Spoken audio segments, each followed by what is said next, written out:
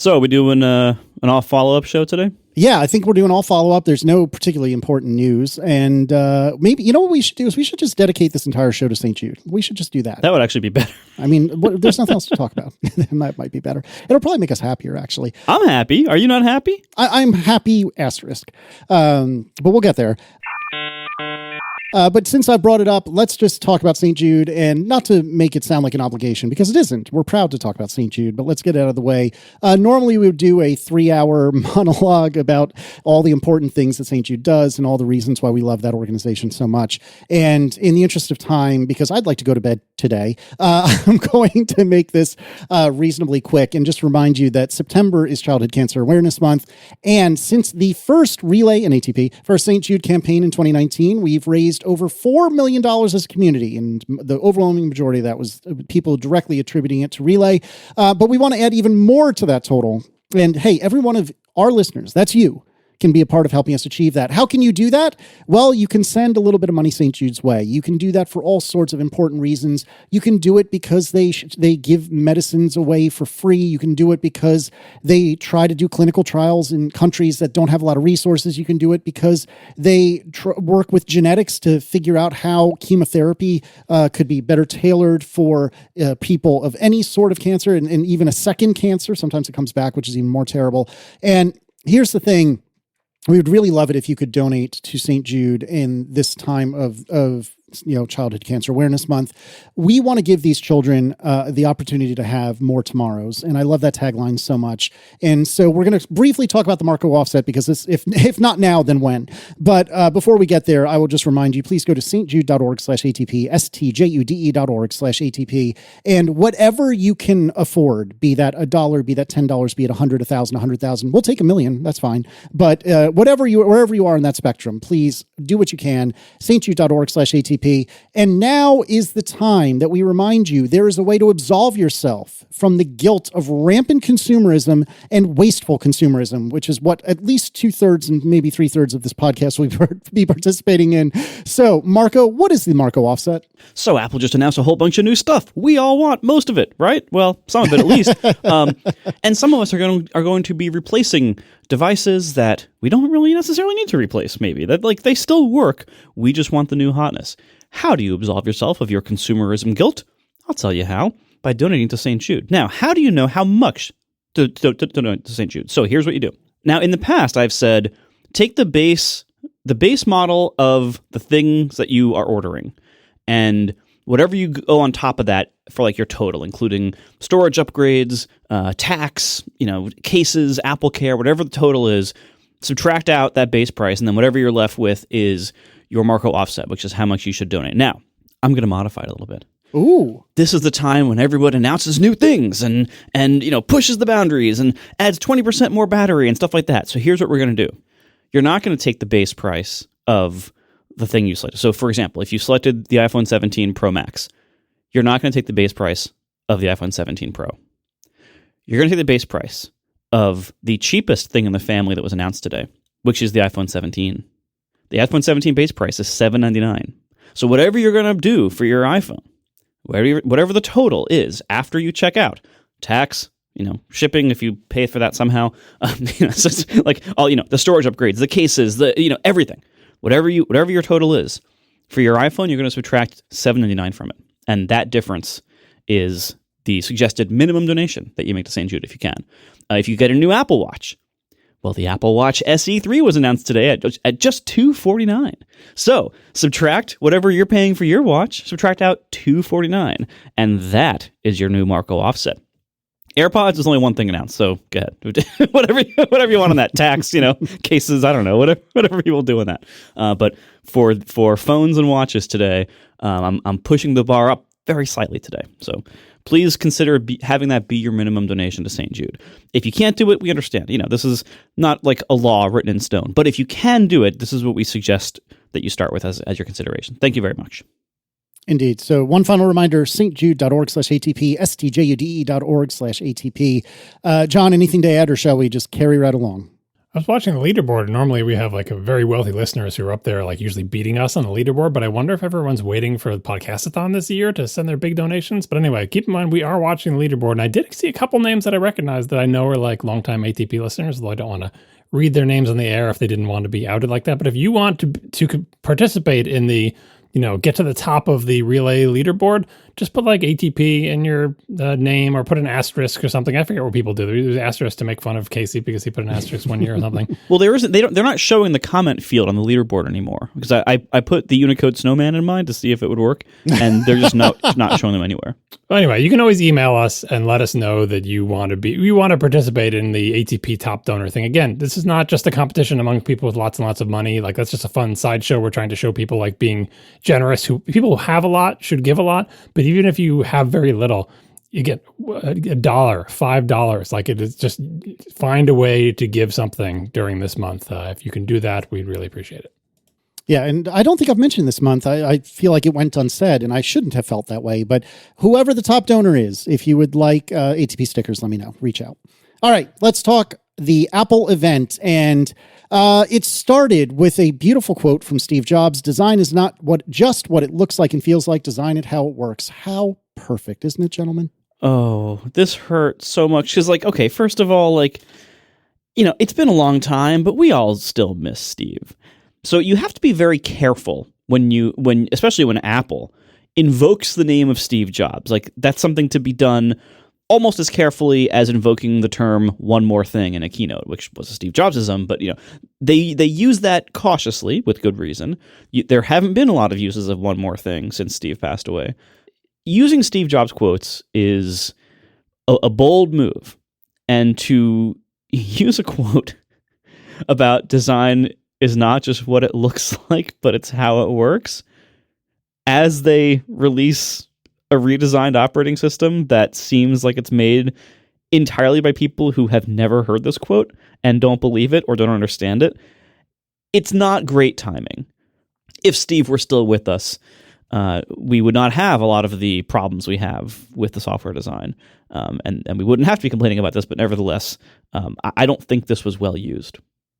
Yeah, it's like the type of thing where it's like, this can't be a coincidence because this is exactly the opposite of reality. It's of all the quotes that you could pick. Like, it's not like one of those things like, oh, Apple's at the intersection of liberal arts and technology and whatever like that. You can just apply to anything. It's kind of like a journal mission statement, and no one really feels like Apple is no longer at that intersection. They're always kind of combining those things. That's just generic. But this is very specifically about the very specific thing that we all know is wrong with liquid glass, right? And to put that quote up, it's either shows, whoever picked that quote is essentially in denial about what liquid glass is, or they misunderstand the criticism and they think, hey, everyone who's telling us we're doing a bad job is criticizing how it looks, but how it looks doesn't matter. It's how it works. And that's not, to be clear, that is not the criticism. The criticism is not of how it looks. The criticism is 100% of how it works, which is related to how it looks because the looks are causing the problems with the functionality. But it's just such a exact denial of reality. It's kind of like daring us to say, it was very upsetting. And especially since also it's doublespeak. Yeah. Also, it had almost nothing to do with the presentation because it's not like the presentation leaned super hard into liquid glass or anything. Like, they were announcing a bunch of products. So whoever decided to lead with that quote, it just made me angry or just like more pessimistic about the grasp on reality that the people who design these presentations have. And we're not going to dwell on the presentation. We're mostly just going to talk about the products this episode, but I couldn't let this quote go because it is just such a sort of finger in your eye. Yeah, it shows Apple's not amazing, and this has been true for a while. They're not amazing at reading the room. They oftentimes will release products or announcements that kind of miss the tone of what's going on around them. And granted, our little nerd circles don't represent the entire tone. Obviously, they don't, especially with the iPhone event, they really don't give two craps about people like us at all. We are nothing to them, especially in the iPhone event. And by the way, on that topic, because this presentation happened before the general public sees liquid glass, we're the only possible thing that they could be reacting to because the public hasn't experienced it yet. So whatever the public's going to think about it, maybe they'll love it. Who cares? Whatever. But right now, when this presentation was made, this statement flies in the face of all the evidence of what's actually happening with the people who are dealing with liquid glass. I mean, in all fairness, just for the record, the beta's been out for a long time, and many people who are not nerds or developers install the betas. And Overcast currently, today, has 6.4% of people using iOS 26. Yeah, again, maybe not representative of the general public, but still. Agreed, but still. Yeah. Anyway, let's move on to the fun stuff, the products. The fun stuff. So I was very excited to see AirPods Pro 3, and this was foretold earlier today, or maybe it was yesterday, to be a very meh update. And if you're to believe Apple, who obviously is going to market the snot out of this at this moment, if not any other, but if you're to believe them, it sounds like it's a really nice series of updates. So yeah, I wouldn't characterize this as meh because I feel like, as we'll go through all the things, but I feel like AirPods Pro 3 seem like they're better in all the ways that AirPods Pro can be better than their previous model. Yeah, It's not just better in like one or two ways or just one special way that they're really hyping. Like everything that these products does, it seems like from the presentation, the new ones will do better, which I was very surprised by what a big jump the 3s are over the 2s. Yeah, and to be clear, I agree with you. I was just referring to like a day or two ago. They were the rumors were, it's going to be kind of a meh update. There's not going to be any ANC changes. It's not going to be much of anything. And I agree. I don't think that's what they delivered at all. I think they delivered a heck of a good series of upgrades. Yeah, this to me, like when you look at what will have like the longest lasting impact from today's announcement, it's probably the AirPods. Like, AirPods Pros change only every few years usually. Now, we know there's a rumor recently that there's, going to be another one next year with infrared gesture cameras or whatever. Who knows? But they change pretty slowly, and they impact a lot of people a lot of the time. Like they made a couple of claims that I thought were interesting. One of them, they said more people work out with AirPods Pro than any other headphones in the world. Now, granted, workouts are, a custom type of thing, and I'm not sure exactly how they know, like, what people are using on other phones, but, like, AirPods Pros are really, really popular. You see them everywhere. What we don't know, I don't think, is whether the AirPods Pros are more popular than the regular AirPods. You wouldn't think they would be because they're more expensive, but I think they might be. Like, I don't think we know that for sure, but these affect tons of people, and I think the AirPods Pros are possibly, if I had to like pick one of like what's the most amazing product Apple has made in the last X years, they would be pretty high on that list of consideration because they're just so good overall. And what's great about the Pro 3s, with the caveat that we haven't actually gotten to try them yet, but believe me, I ordered some for day one, so we're gonna see how they are in a couple of weeks. But they are very promising looking from what they've announced and shown off. Very much so. The additional noise cancellation is at least partially due to the fact that they have now filled some of the gaps in the ear plugs, the squishy parts, with foam. This should improve comfort for a lot of people also, if it works the way most foam-tipped earpods do, or earbuds, excuse me. So it's probably going to improve comfort. It will definitely improve the passive isolation, which will also improve ANC just because there will be less to deal with. So that should be good. They were kind of unclear as to whether there are additional ANC gains besides the foam filling the ear tip, cavity there. We'll see. But even if there aren't, even if that's all it is, that's still a good improvement. They bragged about better bass and soundstage. Bass, we know what that is. Soundstage, for those of you who aren't audiophiles, means how wide it appears that the sound is coming from. Like, if in terms of like, are you like sitting directly in between like a guitar and drums? That's not a very wide soundstage. If it sounds like you are sitting like in an auditorium where the band is playing in front of you, that is a wide soundstage. And so that's generally a good thing for headphones, and it's one of those things that, like, really cheap, basic, crappy headphones don't do a good job of that, and really fancy headphones do. So for them to improve bass and soundstage allegedly while also improving ANC, they also talked about how they scanned thousands of ears and did all these studies to try to figure out, like... As Jason Snell snarkily points out in the chat room, this is the third time that Apple has proudly announced that they've redesigned AirPods based on a large set of human ears. Yes. And I don't actually snark at that because, yeah, every time they change the shape of the things that go in your ears. They say, we studied a bunch of ears to do this.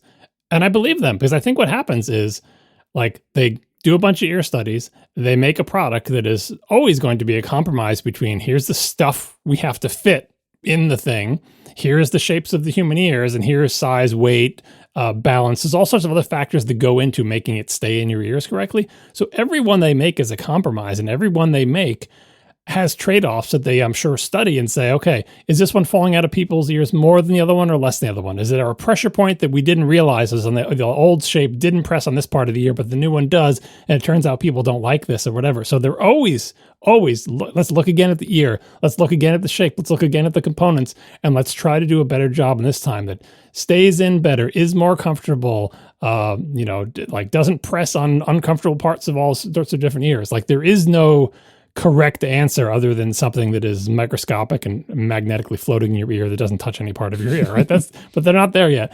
So I believe them. Like they have to keep changing this. And I don't have the Pros. My wife does, but she rarely uses them, so I don't see them that much. But these look significantly differently shaped, which doesn't matter as much for the Pros because the part that goes in your ear is the part that matters. And yes, they've changed it this time by putting foam in it, which is great.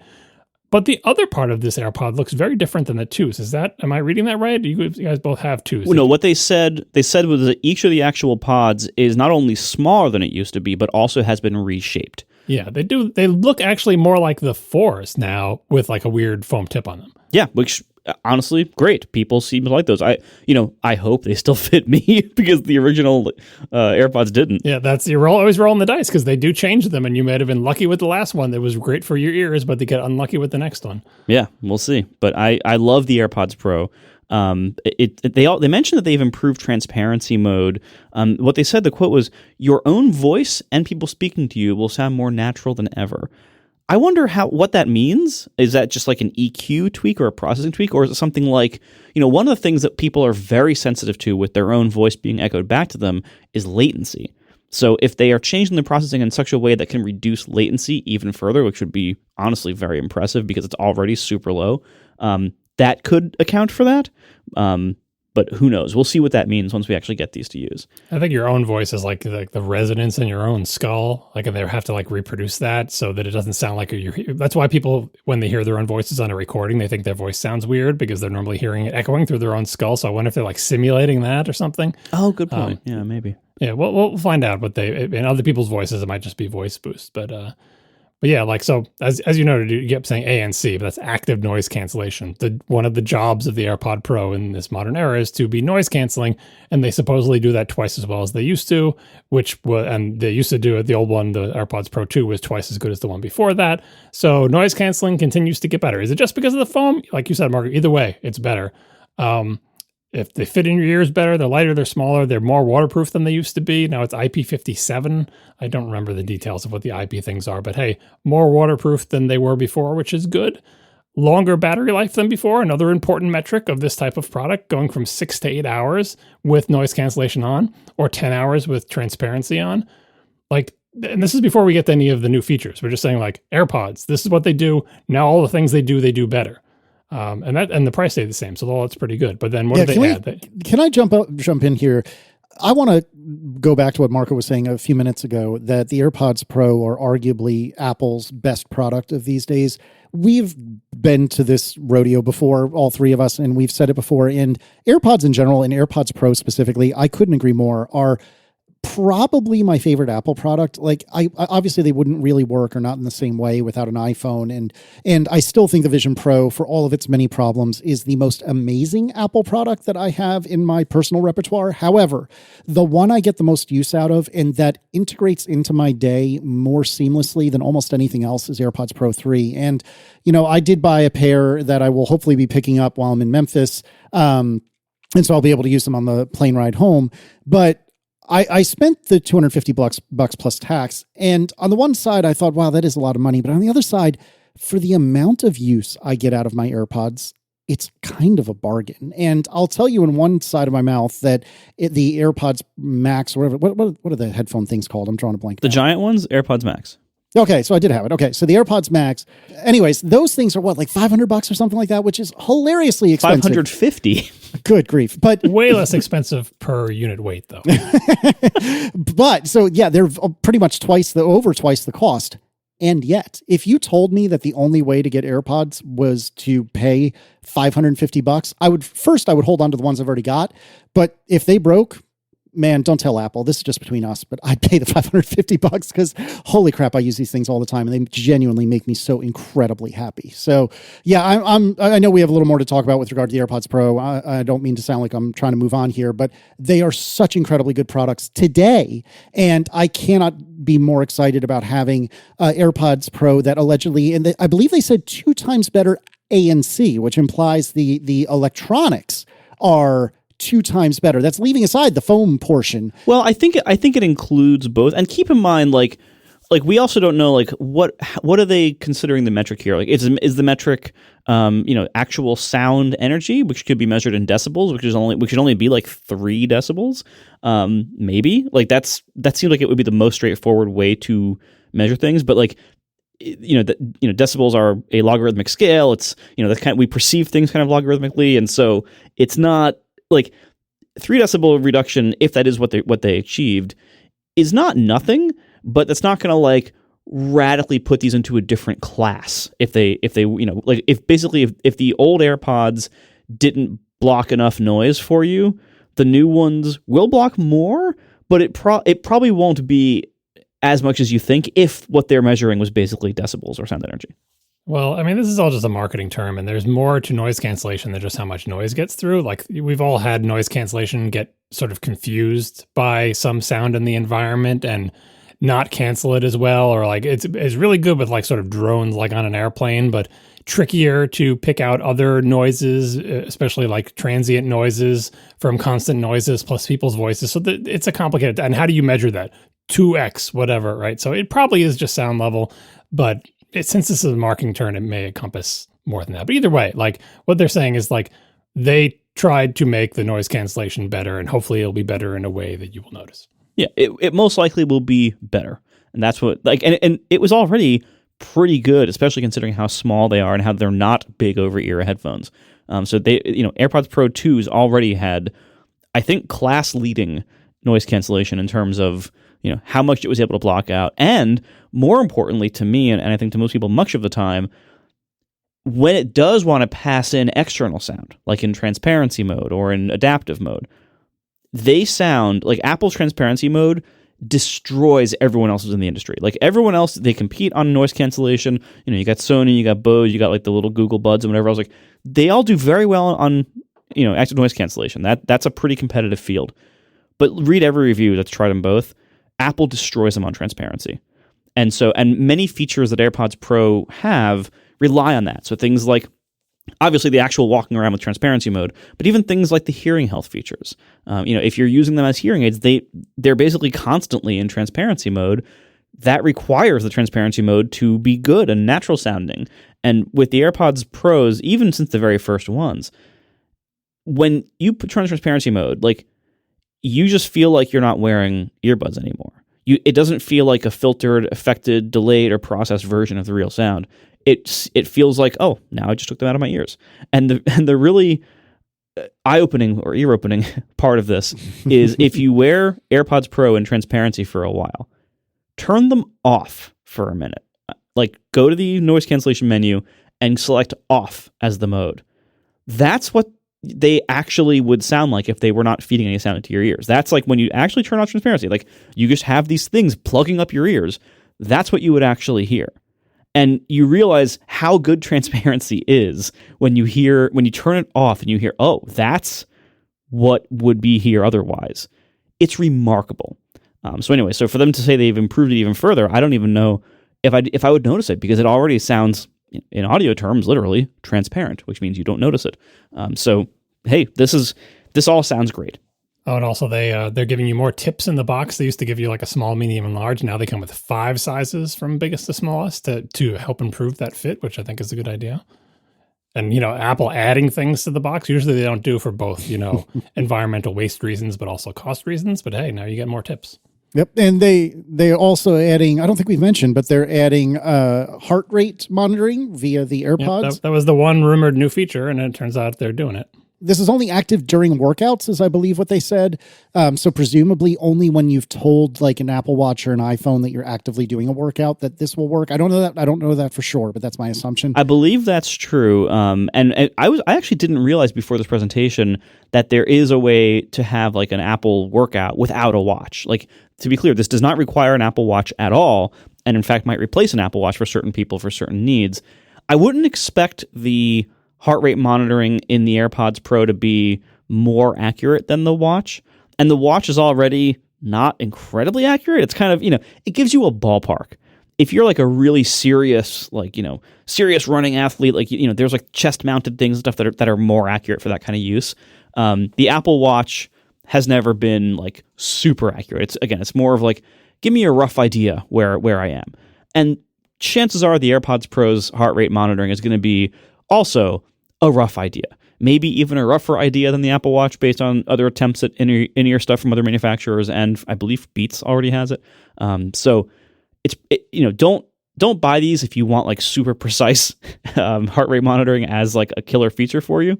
But it's probably going to be similarly valuable to the Apple Watch in those terms. And if you don't have an Apple Watch and you don't want an Apple Watch, this could be a good way to like, hey, give me some, I want to go running, or I want to measure myself on a walk. Like, let's try this.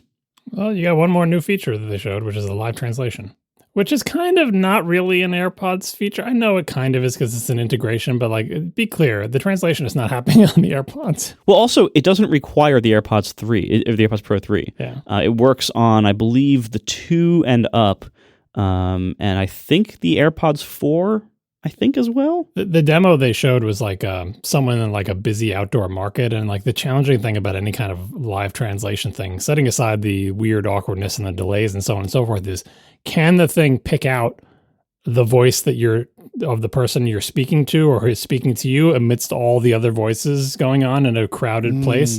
That's the really difficult part. That's a place where like cameras and some kind of image recognition that knew where you were looking and who you were looking at would help, but we're not there yet. But anyway, this exists. You can try it. You squeeze both of the things. When someone talks, it kind of decreases the volume of their voice and plays you back the translation that happened through, I don't know if it's a local model on your phone or if it's sending it out, but either way, it's yet another in a long line of real-time translation tools that now integrates with your AirPods, which is neat, I guess. Yeah, that's the kind of thing like, as I don't travel that often, and when I do, it's usually not to non-English speaking places. But when I do travel to non-English speaking places, I would find something like this invaluable. But I won't be the first guy to do it. Like I am not confident enough to be, Mr. AirPods translation before it becomes commonplace for people to do this while traveling. So I'm hoping, hey, everyone else, go do this, please. So then I can feel more comfortable doing it when I need to. I feel like you'd have to wear a t-shirt or a sign or something that says, this is what's happening here. My AirPods are trying to translate you, but there's a time delay, and it's muting your actual talking, which I can't understand anyway. And then it's playing back what it thinks you said after some delay. So if it looks like I'm just waiting after you talked and saying nothing, I'm waiting for my phone to it would be a long t-shirt. But like, it seems like you would have to communicate with somebody first to let them know this is what's going on. Because what they showed is like an idealized version with delays removed and with people who are understanding and accepting of what's going on. But like normally when you talk to somebody, you don't expect to have to wait for the invisible translator in their ear to translate what you said. They either understand you or they don't. So yeah, like Marco said, I think there's a social aspect to this. Now, there's apps on your phone that do this that have been for ages. So, but at least with the phone, they can kind of see on the phone screen like the translation happening in real time. And you kind of hold the phone between you and the person you're talking and stuff like that. I don't have any experience with this, but I've seen other people do it. So this is another step along that journey. But I'm not sure we're at the destination yet. Yeah, and we'll see how it goes. Like, how well does it actually work in practice? Google and Android and apps have had this for a while. And none of them have set the world on fire, but they're all occasionally useful for, a lot of people. Yeah, a lot of people do use them when they're traveling. They're imperfect, but they're better than nothing. Right. It's better than just like yelling slowly in English at people. Yeah, or like flipping through a phrase book or something. Right, exactly. Drawing, let's, play charades or whatever. But yeah, you're right. Like the social part here, I think, they're obviously relying on this, but it's not the first time. AirPods hearing aid features are also kind of relying on social movement in terms of how people perceive other people wearing AirPods. So far, like most of the time of headphones existing, people have assumed that if somebody is wearing headphones, that they can't hear you, and that maybe they don't want to be speaking to you, or you don't want to be spoken to. And what Apple is pushing for with all these features is basically hoping or trying to break that assumption, to say, what, when you see somebody with AirPods, you can try talking to them, or they can talk to you, and you can assume that if they're talking to you, they can probably hear you back. Like, they're trying to challenge that social norm. That's a big thing to challenge, but they're also not the only ones doing it. Like, as I mentioned, like, the Android side of everything is also offering this with all of their high-end earbud type things now. And so I think it won't be that long before people's perceptions about headphone wearers have changed, because I think that if any of this works at all, it's going to become incredibly valuable to so many people that it will start becoming very commonplace. So I hope it does, and I think it will. The one thing that I thought was a little bit awkward about this, and I get it, there's no real other alternative for it, but when it wasn't two people having like a mutual conversation at the like dinner table or whatever that was, which was awkward in its own regard. But when the woman walked up to like the vendor or whatever it was, and the vendor is speaking to her, and she just like holds up her phone as the way to respond, I intellectually get that. What else are you going to do? But I feel like that made me go, ugh. Like just socially, I felt like that was a very, it made me uncomfy. But people do that now with Google Translate. Like that's not an uncommon thing. Like it's not ubiquitous, but it does happen. We are sponsored this episode by Grammarly, the essential AI communication assistant that boosts your productivity so you can get more of what you need to be done faster, no matter what or where you are writing. Writing is so important these days. It's everywhere, from emails to reports, text messages, project proposals. It is more challenging than ever to meet the demands of today's competing priorities without some help with your writing. Grammarly is a digital writing assistant that helps more than 20 million people write more clearly, professionally, and quickly. And Grammarly goes way beyond just checking spelling and grammar. 90% of professionals say Grammarly also saves them a lot of time writing and editing their work. Because Grammarly helps you use AI to jumpstart your writing so you can get your work done faster and better. You can instantly generate well-written drafts using their AI, but it doesn't just replace the most important part, which is you. Grammarly helps you write by doing things like suggesting a better word here or there, adjusting the tone to better fit the audience or context that it's for, or simplifying complex information so that you can, have little suggestions of context-aware things like, hey, this is probably what you want to be talking about. But it's still your writing. So it still sounds like you wrote it, not AI-generated stuff. So Grammarly is the best tool for this. You deserve to be equipped with the best tools to do your job with the right AI support. Grammarly also works seamlessly with the apps you already use. They have cross-platform support, including browser extensions, a desktop editor, a mobile keyboard app. So anywhere you're writing text, you can probably use Grammarly. They have support for over 500,000 different apps and sites. So it's everywhere you want to be. Let Grammarly take the busy work off your plate so you can focus on the high-impact work. Download Grammarly for free at grammarly.com/podcast. That's grammarly.com/podcast. Thank you so much to Grammarly for sponsoring our show. All right, moving on. Apple Watch.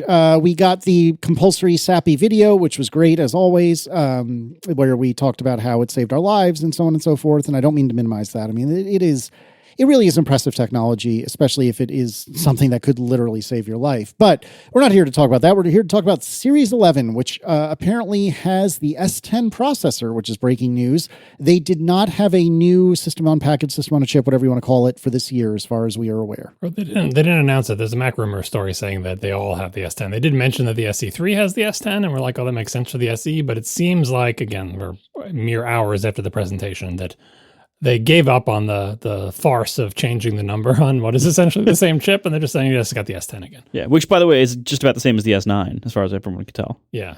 So maybe we'll have more on it next week, but there's that. Yeah, the Series 11 watch, it's not a significant upgrade in most ways. Like, I had to like pour through the compare pages and look up documents and see like, what are the differences? There's not many. The biggest one for most people is going to be the battery life, which is significant. Like they've raised it from an estimated 18 hours to an estimated 24 hours. So, not only is that, good on day one, but also one of the things that eventually kills the usefulness of Apple Watches for people after a few years is when the battery life has degraded over time such that it can't really make it through their day very easily. That's often what ends up requiring service or replacement of an Apple Watch. So to have really good battery life to start with on day one, not only has the benefit of it's great from day one, but also you can probably keep it for longer. And as we're seeing, like, these Apple Watch upgrades are not very big most of the time. The Series 10 and the Series 9 are about the same as the Series 11. There's very minor differences between those three. The series before those, 6, 7, and 8, also very few differences between those three models. So we're kind of on a 3-year cycle with the Apple Watch like really making like significant jumps. So for the battery to start out better is important and is meaningful. And that could make the difference. Maybe some people who were possibly buying the Ultra just to get like the longest battery life, maybe now they'd be fine with a Series 11. So again, all good changes around the battery. Otherwise, the main differences seem to be that the Series 11 has 5G for its cell modem, and it has a more scratch-resistant crystal on the aluminum models. And that's, I think, it. Is there anything else that's exclusive to the Series 11? So there's the high blood pressure thing, which is not exclusive to the new thing, but it is a new watch feature. I mean, that's like I said, that's the thing about these health features is that they usually don't, the ones they've built lately have not required lots of new sensors. So they take the existing sensors they have and say, what else can we get from them? And now it's some sort of synthesis of high blood pressure and notifications about that. The interesting thing about the other one you mentioned, the scratch resistance, this will be a trend for this whole presentation, and I think it's a welcome trend in that advances in technology, in like basics of the devices they make this year seem to be shared across all the products. And one of the big ones that you'll see in essentially every single product they announce that has a piece of glass is this new 2 times more scratch resistant coating, which they talk about multiple times in multiple ways. And as far as I can tell, it's all the same thing. It's like a new ceramic coating from their glass vendor that is more scratch resistant than before. But they didn't just put that on the Pro-iest of Pro models, just everything with glass gets it, which is refreshing. Yeah, that is really nice. I like where they're going with the health stuff, like the hypertension alerts. That's good. I do wonder what's keeping them from going a little bit further with that, because there's other I know Whoop, the Whoop band. That's a competing wearable. They have nightly blood pressure readings. They do it every night, and you can look in the morning and you can see what was my blood pressure, yesterday or overnight. So we know the technology exists in similar wearables to do that. I don't know why Apple's not doing that yet. I'm sure they have their reasons, but I look around too. Like, okay, as I was just saying, the Apple Watch barely changes like every 3 years. You look around the wearables market today. You have like stuff like Fitbits at the kind of lower end. You have things like Whoop at the medium to high end. You have the Aura Ring. The rings. Like you have like all these different things that are expanding the wearables market by serving roles or physical, manifestations or other features that the Apple Watch doesn't serve. And I don't see Apple really caring to push into those markets ever. Like, the new Apple Watch SE is just, it's nice. We'll talk about it in a minute, but like, it's still basically an Apple Watch. And there's all these other markets of wearables that are doing similar kind of activity tracking and things like that like if Apple brought some of their tech to, they could do a great job with a cuff, a ring, something else. They could do a wonderful job with that kind of thing. And they just don't seem like they want to serve those markets, which is fine. I mean, I think they're approaching it from all sides, though. Like, don't you think they're approaching it from like the watch side, the phone side, the AirPods side, the glasses side from the 6-year timeline or whatever we read last time? Like, you're right that they're not diving into those other markets, but I think they see on their roadmap that like we have them surrounded. Like we've got things in your ears. Soon we'll have things on your eyes. We've got your phone in your pocket. We've got your watch on your wrist. Yeah, if we came out with a Whoop thing that you could put like anywhere on your body, we could do something now, but we'll get there eventually. So I give them some leeway because I think their strategy is sound in terms of like, let's do form factors. I mean, setting the glasses aside, we'll see how that goes. But let's do form factors that we know are popular on their own merits.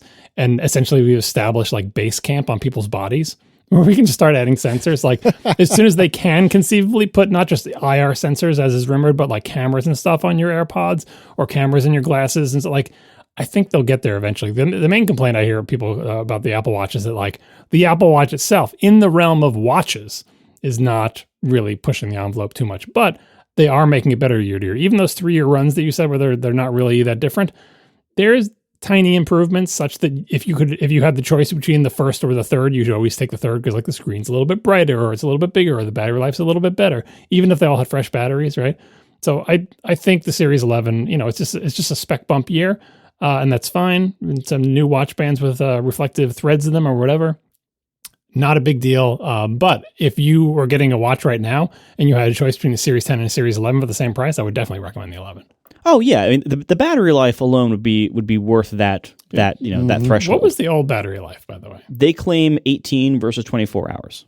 Yeah, so that's a significant difference. And I do wonder if they got, like, considering the S10 is the same, is it just like the screen takes less power? Like maybe it's a little bit better screen, or maybe they're being smarter about doing the sensing stuff, which is also maybe why the blood pressure thing is just alerts and not like measuring it more. Well, the phrase they used in the presentation was they quote re-engineered the battery. Yeah. Now maybe this they also changed out the cell modem. So I wonder if going to a 5G modem. They didn't brag about the battery chemistry. No, but they mentioned with the cell modem that 5G is more efficient than LTE, which it can be. Mm-hmm. I'm guessing that they kind of got more space in the case by some shuffling up of the cell modem maybe. But I don't know. Maybe they're using different battery chemistry. Who knows? But somehow they got a significant bump in battery life that seems like it's not just software tweaks. It is some kind of hardware change. Oh, they also added an illegible new watch face to celebrate liquid glass. Finally, something that is appropriate for a liquid glass. Yeah, it should be a watch face that you can't read. I laughed out loud when I saw that in the video. I'm like, of course, that's perfect. Like, you can't read the time. Great. Yeah, 'cause if you haven't seen the video, they make the time out of like liquid blobs, but the shapes of the letters are kind of abstract, made out of like sort of triangles and semicircles and blobs and stuff. So it actually is kind of difficult to say, is that a 1 or a 7 or a 9? Perfect. Chef's kiss. They should scroll random photos behind it. That way you really can't see. Exactly. Right. That's what they should have had at the front of the thing instead of a quote. So that really shows what liquid glass is. Gracious. All right, so it's coming in black, silver, rose gold, and a beautiful new space gray, because it wouldn't be a new Apple product if it didn't have a weird new space gray. Titanium will be available in natural gold and slate. The Nike Sport Bands now have reflective threads on them. All in all, this looks good to me. I don't think that there's anything earth-shattering, and I would have been more keen on it had they not done what I am glad they did, which is backport a lot of these new health features, including sleep score, including high blood pressure or hypertension notifications. I'm very happy that that's coming back a fair bit, and some of these are coming back like several years in terms of models that are compatible. But Series 11, it looks good. Like I think it was John just said, if you're looking to get one, and the new battery life will be great, but as someone who has a Series 10, this certainly doesn't seem like a necessary upgrade for me. And I would argue, depending on how old your watch is and how good your battery is at this particular moment in time, it's probably a pass for most people that already have an Apple Watch. Yeah, if you've got a Series 10, you can set it up. Yeah, I would say if you have an 8 or older, go for it. If you have a 9 or a 10, you're not going to notice much. All right, Apple Watch SE 3. This is a lot of the same. It's basically bringing it up to be more peer to the other watches. It now has an always-on display. It's getting the 5G cell. It's getting gestures, so the double tap, the wrist flick, all that stuff. Sleep apnea and sleep score, 18-hour battery life, and fast charging, which is apparently 2 times faster than the previous SE. Available only in Starlight and Midnight, and that's pretty cool. Yeah, I think this is good for when you need a cheaper Apple Watch for some reason. If you're getting it for somebody who really doesn't care, like a kid, about some of the more advanced features, fine. If you are a nerd listening to our show and you are buying this for yourself, just get the Series 11. Like, if you have to save up longer to budget for it, it's worth it. But if you are really looking for a very basic Apple Watch, go for it. This is fine.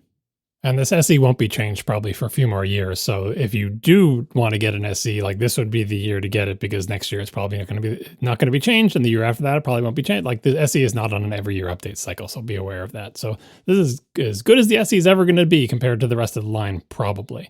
Oh, and during this segment, by the way, they did say at one point the presenter said, not only did we update the SE and series this year, they didn't say the SE. We updated SE and series. Anyway, it's weird to hear them refer to the non-SE, non-Ultra watch line as series. Yeah. Not only did we update SE and series, you updated series?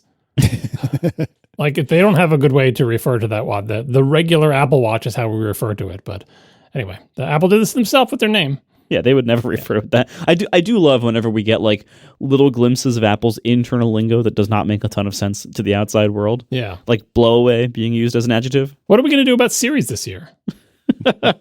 They say that in meetings and it makes sense to them, but they say it in the outside world and it sounds weird. Mm-hmm. Very much so.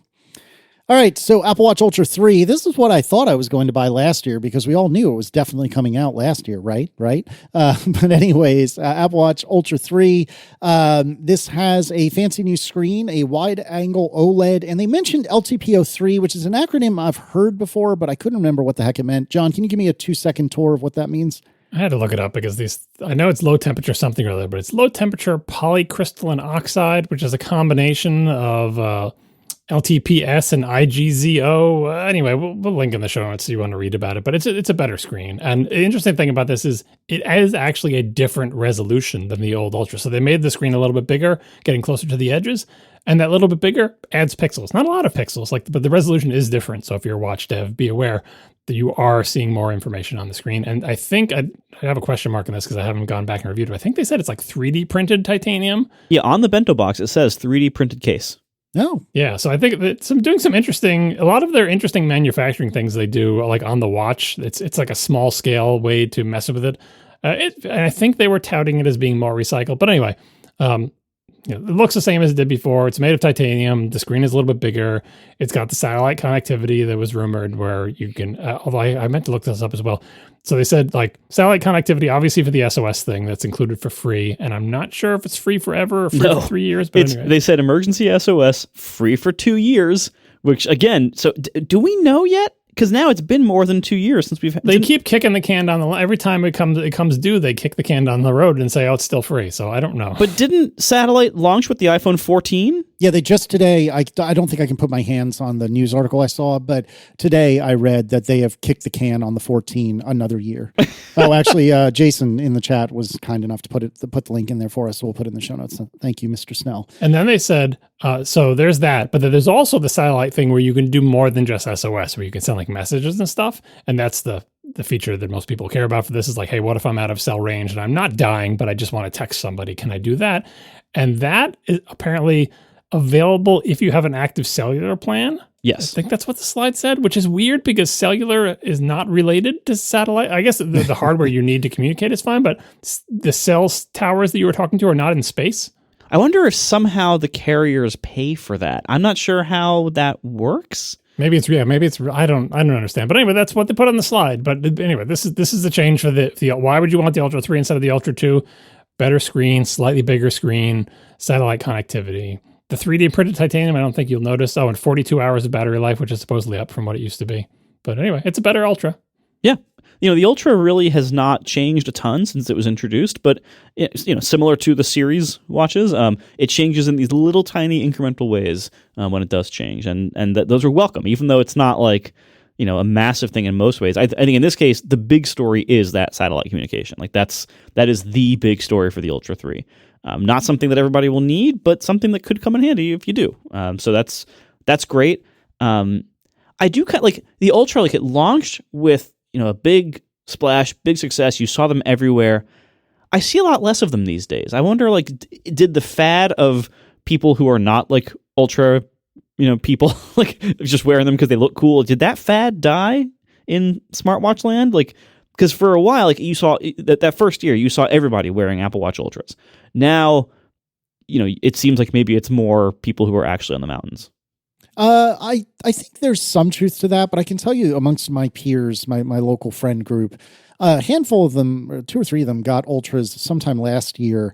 And they did that, I think, for a couple of reasons. Number one, they had gotten maybe an Ultra 1, or at this point, like they had found a deal on the Ultra 2 or something like that. But I think all 3 of them, if I recall correctly, did this almost exclusively because of battery life. And I don't think any of them were in a position that they couldn't make it through a day with a Series watch, but it was always on the edge. And that's how it is for me. Like, I can make it through a day, but I'm on the edge at the end of pretty much every single day. And I think they just wanted to not freaking care about battery life anymore. And certainly when the Ultra is new, you don't have to care about battery life, or certainly not in the same way. And I mean, they're saying the Ultra 3 is 42 hours of battery life. I mean, that's bananas. It's almost double what the Series watches offer. So I don't think that, I should say, I think you're right that the fad portion of it did die down, but I wouldn't say that it's exclusively like ultra marathoners that are using them now. I'm seeing them on regular people's wrists just because they want a better battery. Yeah, fair. I would suggest that, this may be a hot take. I think the Ultras have some of the best straps. Now, I just cheat and, sometimes just use an Ultra strap on my Series 10. I mentioned last time I used the titanium Milanese most of the time this summer, and it's great. I love it. But certainly, like, it doesn't look exactly like a match on the Series 11 or Series 10. It looks a lot better on an actual Ultra, but I do like the Ultra bands. They're really cool. We are sponsored this episode by DeleteMe. DeleteMe makes it easy, quick, and safe to remove your personal data from hundreds of data brokers online at a time when surveillance and data breaches are common enough to make everyone vulnerable. Here's the thing. There's this gross business out there of data brokers, and what they do is anywhere they can get it, they hoover up your personal information, and then they sell it to people, and it's disgusting because you can do things like, look up people's phone numbers and addresses and family members' names. Like, it's a terrible business, and you don't want to be part of it. So this can really, affect you in the real world, too, in a bunch of different gross ways. So DeleteMe is a service that goes around and finds out how to opt out and get takedowns for all these different data brokers. So they will, on your behalf, file those opt-outs and takedowns for you for hundreds of data brokers out there. This is something that like individuals could never keep up with themselves, but they do it for you. So you give them the information that you want to be removed from all these databases, they will go out there and remove it all, and it's an ongoing service. They will also keep the information out, and whenever new data broker sites pop up, they figure out the opt-outs, and they will also opt you out of them as well. So they can help you keep up so you don't have to deal with this problem anymore. This is something that I actually looked for this kind of service a while ago, and I picked DeleteMe. This was before they were a sponsor. I did the research, and I said, you know what? That's good. I picked it. I'm very happy with it. So take control of your data and keep your private life private by signing up for DeleteMe. Now, a special discount for our listeners. Get 20% off your DeleteMe plan when you go to joindeleteme.com/ATP and use promo code ATP at checkout. The only way to get 20% off is to go to joindeleteme.com/ATP and enter code ATP at checkout. That's joindeleteme.com/ATP, code ATP. Thanks to DeleteMe for sponsoring our show. All right, then 30 minutes in, I think pretty much on the nose, we get to the iPhone, and we are told by Tim there are 4 new models to meet the unique needs of our users. And we were largely emceed with this from Kai Andrance, who we usually get to see for this. We start with the iPhone 17, available, and I don't have the list in front of me, and shoot, I took terrible notes. I didn't have a chance to go back, but lavender, which is kind of a pinkish purple, sage, which is green, mist blue, white, and black. Oh, if you've seen any, non-pro iPhone colors in the last 3 or so years, you will be utterly unsurprised by how these look. It's like, yep, blackish, whitish, light purple, light green, light blue. Okay, yeah, and they're pretty good. Like the 16 colors are pretty good. Like they're not as like saturated this year, but you won't be confused. Is this the green one? You can tell it's green. Same thing with all the other colors, right? And the white and the black are just straight up white and black. Remember those years where they kept doing a white that was like dishwater white? They would never just make it white. Starlight and Midnight. Yeah, but even before that, sometimes they would have a white one that was like, is this really white or is it kind of like silvery white? And just, so anyway, they're even just called white and black. So you have mist blue, but then the white and black are just white and black. But anyway, these I think we'll get to the Pro Color, the Pro Color singular in a little bit. But I think that the 17 continues to have the best colors in the lineup, which is a low bar, admittedly. I definitely disagree with that. Well, there's the most diverse variety. You're more likely to find something that you like in the 17 because you have lots of different choices. I think you're more likely to look at the 17 lineup and find something that you think is fine. Yeah. No, because it has the most fun color. It's got two boring colors, white and black, but still people like white and black, and they're pure white and black. And then it's got blue, green, and purplish pink. That's pretty good. They're fine. I do think it's very interesting that when introducing the iPhone 17, the very first was it Cayenne Trans who introduced it? Yep. Mm-hmm. The very first thing Cayenne talked about were the colors. Like there's nothing about the specs or anything else. The very first thing is here's the colors, and I think that shows this is what people care about, which is true. Like when you're introducing the iPhone 10,000, like we've already seen what iPhones are for so long, and so one of the very first things we want to know is what does it look like, and here's some cool colors like that. I know it probably drives certain nerd types like us like a little bit nuts that, like, it doesn't matter. It's just the color. It's, talk about the specs, but like, no, that's what people care about. That's what I care about. Like, what are the colors? I've had iPhones before. Now, instead of my, my fine colors from last generation, now I can have my fine colors from this generation.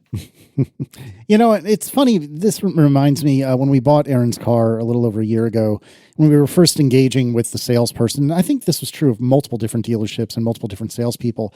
They immediately wanted to know what exterior color we needed. And when I said, we really don't care, we were actually more particular about the interior color. And they were like, wait, what?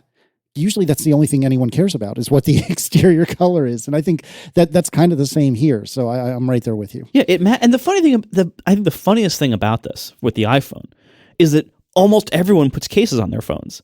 And so it almost doesn't matter what the color of the phone is for most people, but you still care. You see it in the ads, you see it in the stores, you still like, ooh, I want the purple one or whatever. Like you still care about that. And the funny thing is, like we'll get to in a second, there's actually some huge upgrades in the iPhone 17, like massive new like awesomeness that it has that the 16 did not. But that was all secondary to here's the new colors. But it looks just like the 16. Like if we'll get to the measurements in a second, but like you'd be forgiven for thinking, oh, so they didn't actually change anything about it, the external case. No, they did, but it's in ways that you would never notice. Yeah, exactly. To that end, we've got an additional 2 millimeters in height against the iPhone 16. We lost 0.1 millimeters width, and we gained 0.15 millimeters in thickness. Just enough to make sure that the cases don't fit from the 16. No, God, that's true. I didn't even think about that. You're right. I mean, that's not why they did it, but like it looks just like the 16, but it's not just like the 16. So it's a little bit different. The screen is actually a little bit bigger. I don't think I realized that. Did they mention that? And I totally blanked. They did mention it, and so the things that you just read, particularly the 2 millimeters of height, right? Like it is a different size screen, probably with different margins around it or whatever. It's 6.3 versus 6.1 in the 16. Mm-hmm. Yeah, and the biggest news to me for this phone: always on and ProMotion. It finally happened. This is a spoiler alert since we're talking about the least of the phones that was announced, the Plain 17. The Plain 17 gets ProMotion and always on display, and all the other ones do too. So if you're wondering, when is Apple going to stop this bifurcation in their line where they give ProMotion to only the most expensive phones? When will they just put it on all their phones? This is the year. Yeah, I did not have that on my bingo card. I really did not expect this. This is great. 3,000 nit peak outdoor brightness. Obviously, that depends a lot on heat, as we know from using phones in the sun, but that's really good. The same ceramic shield as we were talking about with the Apple Watch, like the same new super strong glass.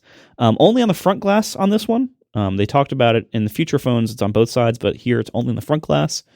Pretty, like that's an amazing screen upgrade for the non-Pro phone to finally get always on and ProMotion. That's huge. 3,000 nits peak brightness outdoor, which is I think even more than the old Pro thing. Like when we talked about the prediction episode last episode, we predictions about this event. We said the 17 will get ProMotion, maybe always on screen, and it did get that, so it's the best case scenario.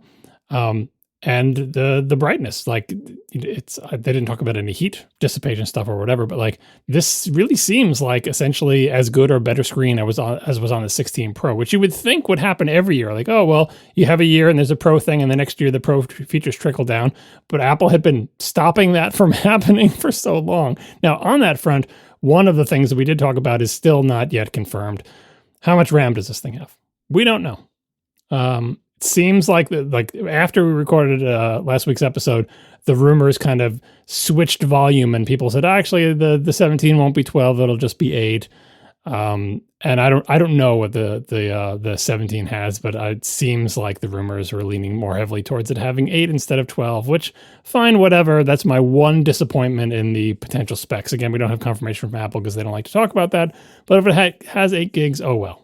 This looks real good, and we're also starting to learn more about Ceramic Shield 2, which they said has 3 times better scratch resistance. Music to my ears, gentlemen. I believe you can defeat it. And also, I'm sure I can. We talked about this last week, too, as kind of a vague, like, I don't know, maybe.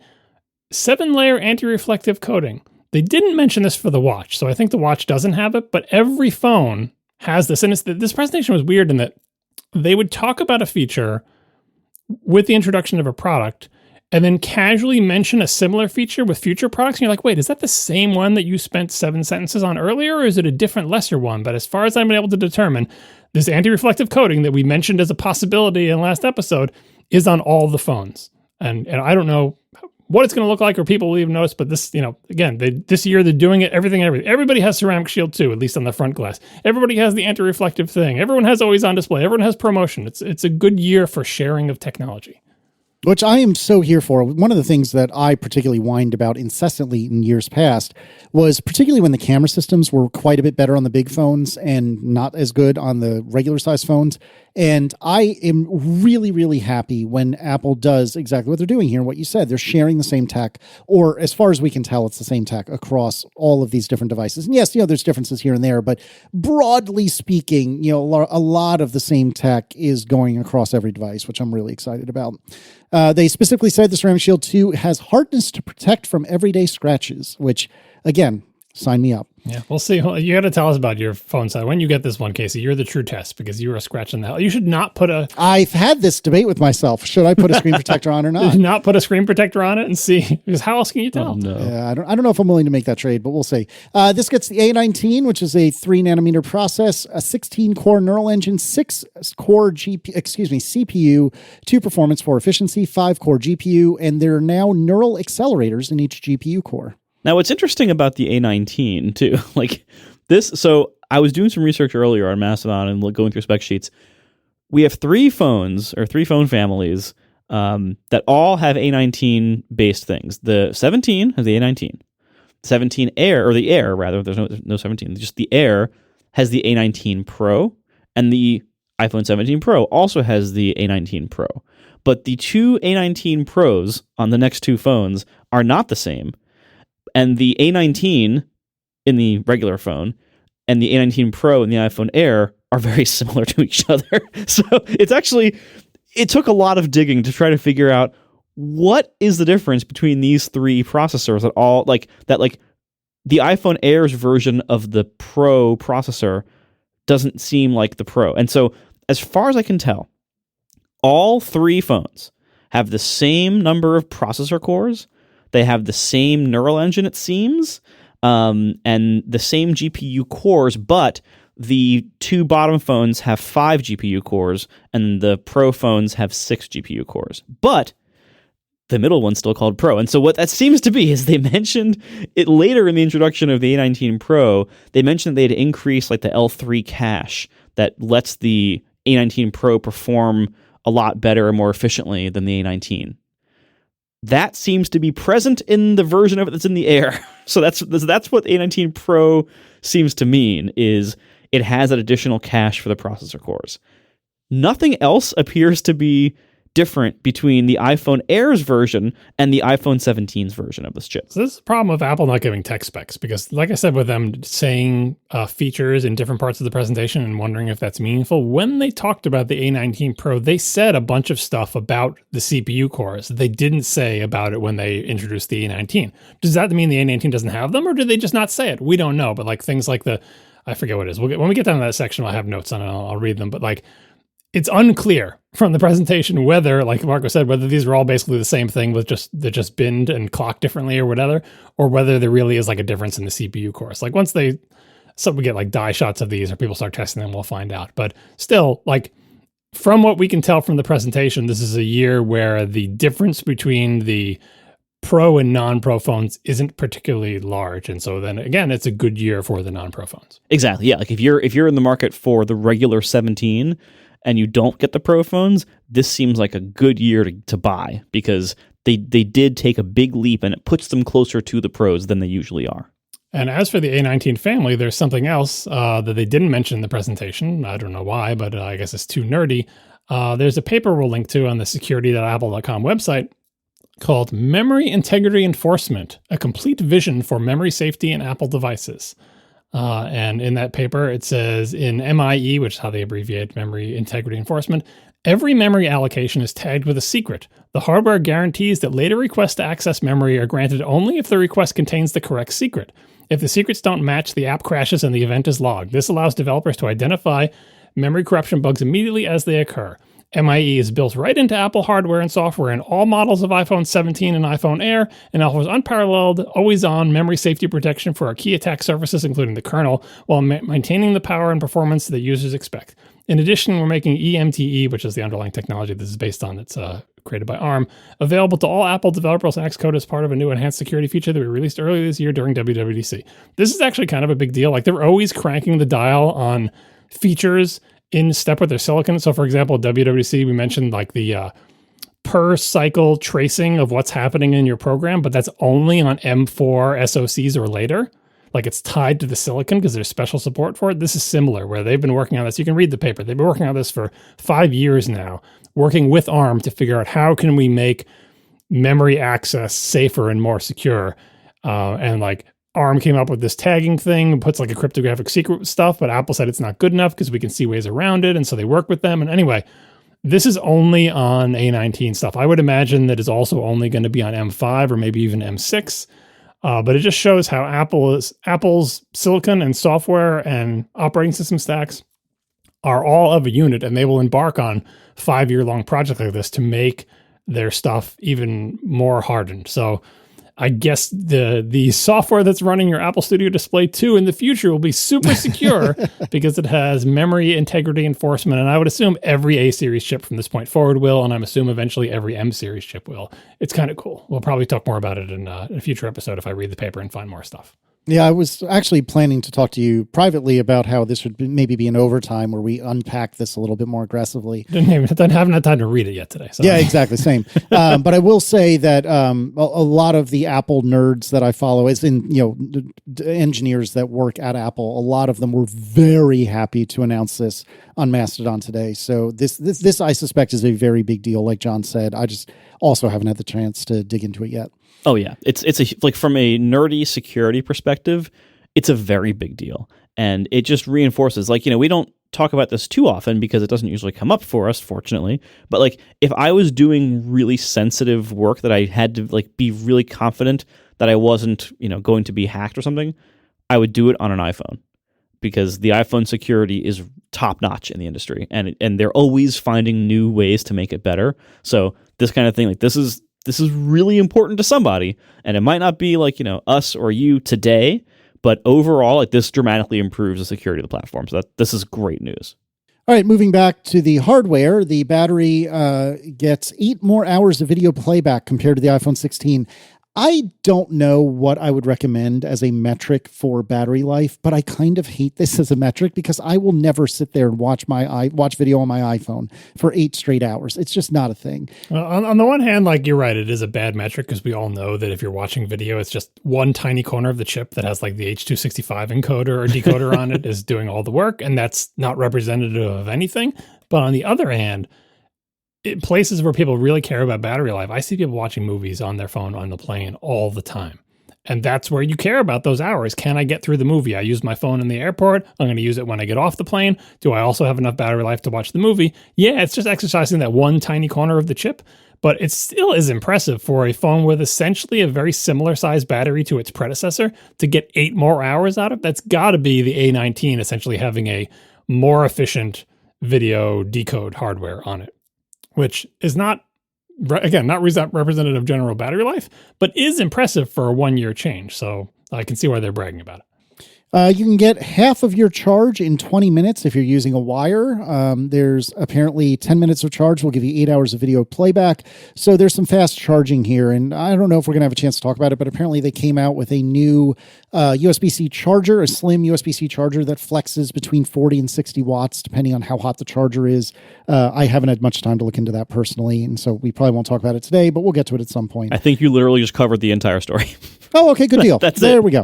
What does the charger look like? I haven't even seen it, is it? It looks just like their dual 36-watt charger that comes with the Airs, or that can come with the Airs, the MacBook Air. Yeah, that thing. Okay. Exactly right. Anyways, the cameras, we are getting a 48 megapixel main camera, which I really don't like how they're handling this. I get it, but I don't like it. So they said they're really leaning into this whole like multi-lens thing where there's one physical camera that's 48 megapixels, but they're saying, well, it's basically the same as an optical quality telephoto lens at 2x because they're just going to crop it. And I'm not saying that's inaccurate, but they keep saying as though there are like 7 physical lenses on these cameras. And that isn't accurate. Now, yes, you can basically squint and see how they got there. And I don't think that they're lying or misleading. I just don't personally care for the way they classify this. Yeah, they don't like, it used to be fine for marketing, but then there was always like a tech spec section that broke it down better. And they took away the tech spec sections from the website. You can still get this info if you dig for it, but it's much harder to find than it used to be. But anyway, as far as I can tell, this 48 megapixel main, it's essentially the same as the old main camera on like the Pros. As far as I can tell, it's unchanged from the iPhone 16 Pro's 1X camera. Yeah, and we don't know that for a fact because they're so vague. Like, remember a couple of years they've said, oh, it seems like it's unchanged, but it turns out it actually was a new sensor and they just didn't mention it. But spec-wise, it looks very similar to the old 1X camera. So the 1X camera doesn't seem like where the action is happening, certainly not on the 17. Yeah, and to be clear, they don't change the 1X camera every year. Like there have been years where it has literally been unchanged from the previous year. That happens more frequently with the wide and the telephoto cameras, but it does occasionally happen to the 1X camera. But this seems like it's one of those years. But the 1X camera also is already really good and needed the least improvement of all three of them. So that's I consider it unfortunate whenever there's a new phone revision that doesn't touch the main camera. But it's not a deal breaker because the main camera is already really good. And they always touch the software anyway, so your pictures will look a little bit different when you upgrade to OS. The ultra-wide on the 17 is where things change. It gets a 48 megapixel ultra-wide, and that's replacing a 12 megapixel ultra-wide on the 16. So big bump for the ultra-wide, and that's the only other camera on this phone. So you've got the 1X, and now you've got a 48 megapixel ultra-wide, which is pretty good. And it has, you wrote this in here, Casey. Do you know how they're doing this? You said fake lenses, 12 megapixel 1X macro. What does that? Which one of these two cameras does that? I don't know.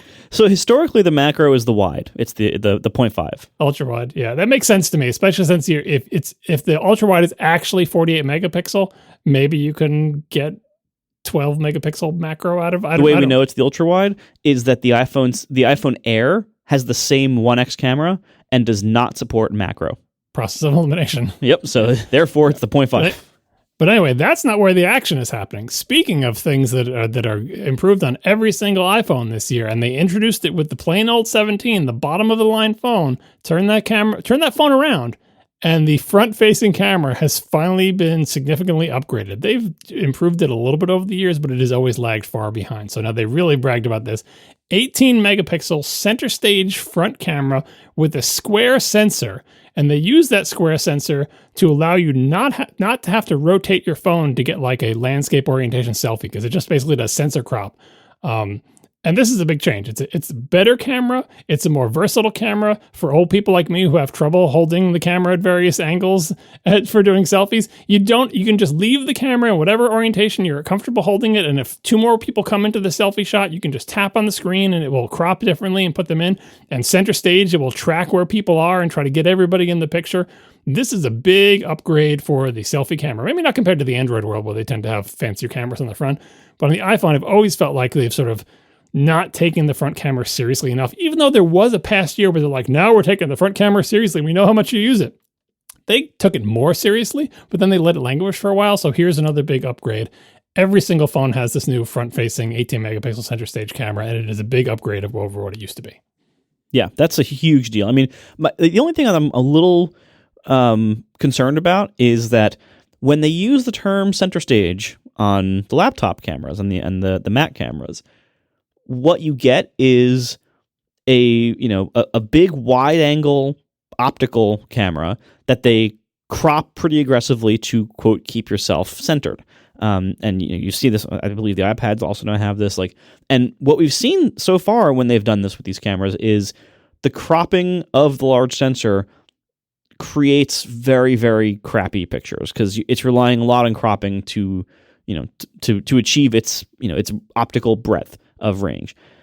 This might be better in the phones. Historically, the phone cameras, the phone's front cameras usually are better than the front cameras in Macs and iPads. So it's probably going to be better. How much better, we don't know. So this is the kind of thing that I think, pay attention to reviews and sample photos of the new front cameras. This remains to be seen. It could be really good, but so far, Apple has never delivered a, quote, center stage front camera that was good.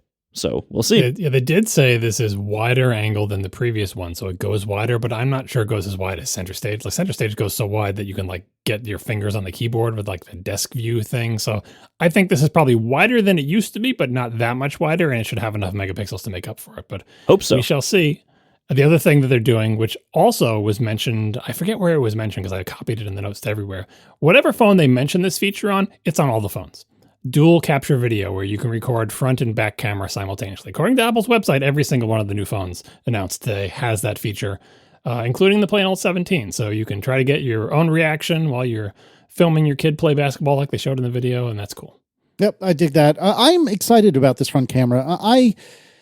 I am a devout Day One user. We've talked about this in the past. Day One is like a journaling app, and I try to record something every day, and I usually try to take at least one picture every day.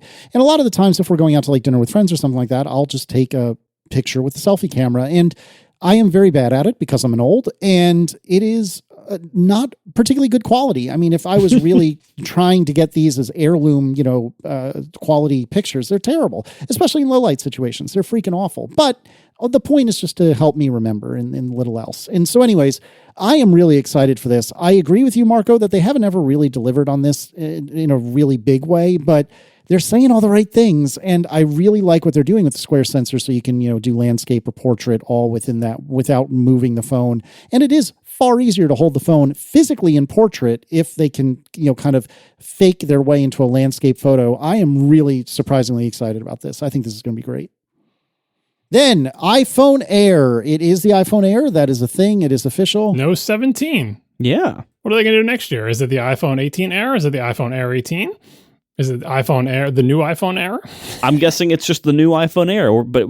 They could say the iPhone Air 2. Who knows? Or is it the iPhone Air was a mistake? We're never making one like this again? We'll get to it, but we'll see how it sells. They've tried a lot of things, It's just interesting that they didn't put the 17 in there or a 26.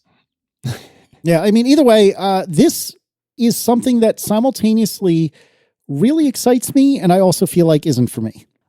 I think I'm there myself. Yeah, I think this looks incredible. I'm sure it will feel phenomenal in hand. I am super duper excited about it. I also really love the marketing hero image that they're using with a very, very tall, very thin A, and then the phone itself is the I and a very tall, very thin R. I'm really into that. I think it's great. But this is, as expected, it is extremely thin, and it sits kind of between, from what I can tell, the 17 and the 17 Pro in both kind of where it is in the lineup and also physically in terms of screen real estate. But what do we got? We've got a polished titanium frame with a mirror finish, ceramic shield on both sides, which they claim is their most durable design yet. Again, we shall see, and challenge accepted. But they also really leaned into something, John. Would you like to talk about what they leaned into? Yeah, they talked about their iconic plateau. I'm not sure it's iconic if this is the first camera to have, first phone to have that kind of plateau. But anyway, yes, they're using plateau, which makes sense geologically speaking, because we used to call the thing the camera mesa, and a mesa is just like a smaller version of a plateau. So now that it spans the whole width of the phone, it has gone from mesa to plateau. So I accept their nomenclature, but it is interesting to hear them saying that. I think they had used to say like camera bump occasionally, but now they're not only are they calling it the plateau, now it's iconic. So, okay, all right. I'm not sure how iconic it is, considering it looks exactly like the Google Pixel camera Mesa or plateau that's been there for years, but whatever. I do like the polished edges. We've had phones with polished edges before, and they gather fingerprints, and they're not the most practical, but boy, do they look pretty. Like, if you're going to make this phone looks like a piece of jewelry, right? Like, that's the look they're going for. It'll probably be one of the best looking phones without a case, if you ignore the iconic camera plateau. But yeah, it looks really nice. 5.6 millimeters thick. Sorry, rumors, not 5.5. And the durability, we shall see. Now, before we move on to the screen, the physical attributes of this. How much does it weigh? Because it's thin. It's size between the Pro and the Pro Max. It weighs 165 grams, which is 12 grams heavier. 12 grams lighter than the 17. 21 grams lighter than the 17 Pro. So it's not that much lighter than the plain 17. It's a lot thinner, but it's not that much lighter. To give a comparison, the iPhone 13 mini was 24 grams lighter than the Air. So the 13 mini was a way smaller phone, obviously, but the 13 mini was lighter. To give another comparison, the plain iPhone 12, not the mini, but the plain iPhone 12 was 3 grams lighter than the Air. Now, granted, the Air has a much bigger screen. It is a bigger phone length and width-wise, but it's very difficult, I mean, especially for people like me who don't have a good familiarity with metric, for me to gauge what is something that's 12 grams lighter than the iPhone 17 feel like. Is it going to feel light, or is it going to feel heavier because it's so thin it will feel dense? You know, when you get something that's small but it weighs the same amount as something that's big, the big thing feels lighter because you expect it to be heavier. Anyway, if you're looking for this to be a huge weight difference, 12 grams does not seem like a big difference. So I can't wait to go to a store and pick this thing up and say, does it feel heavy or does it feel light? I know it's going to feel thin. You can see that it's thin, but will it feel heavier or lighter than the 17? Again, it is lighter than the 17 by 12 grams.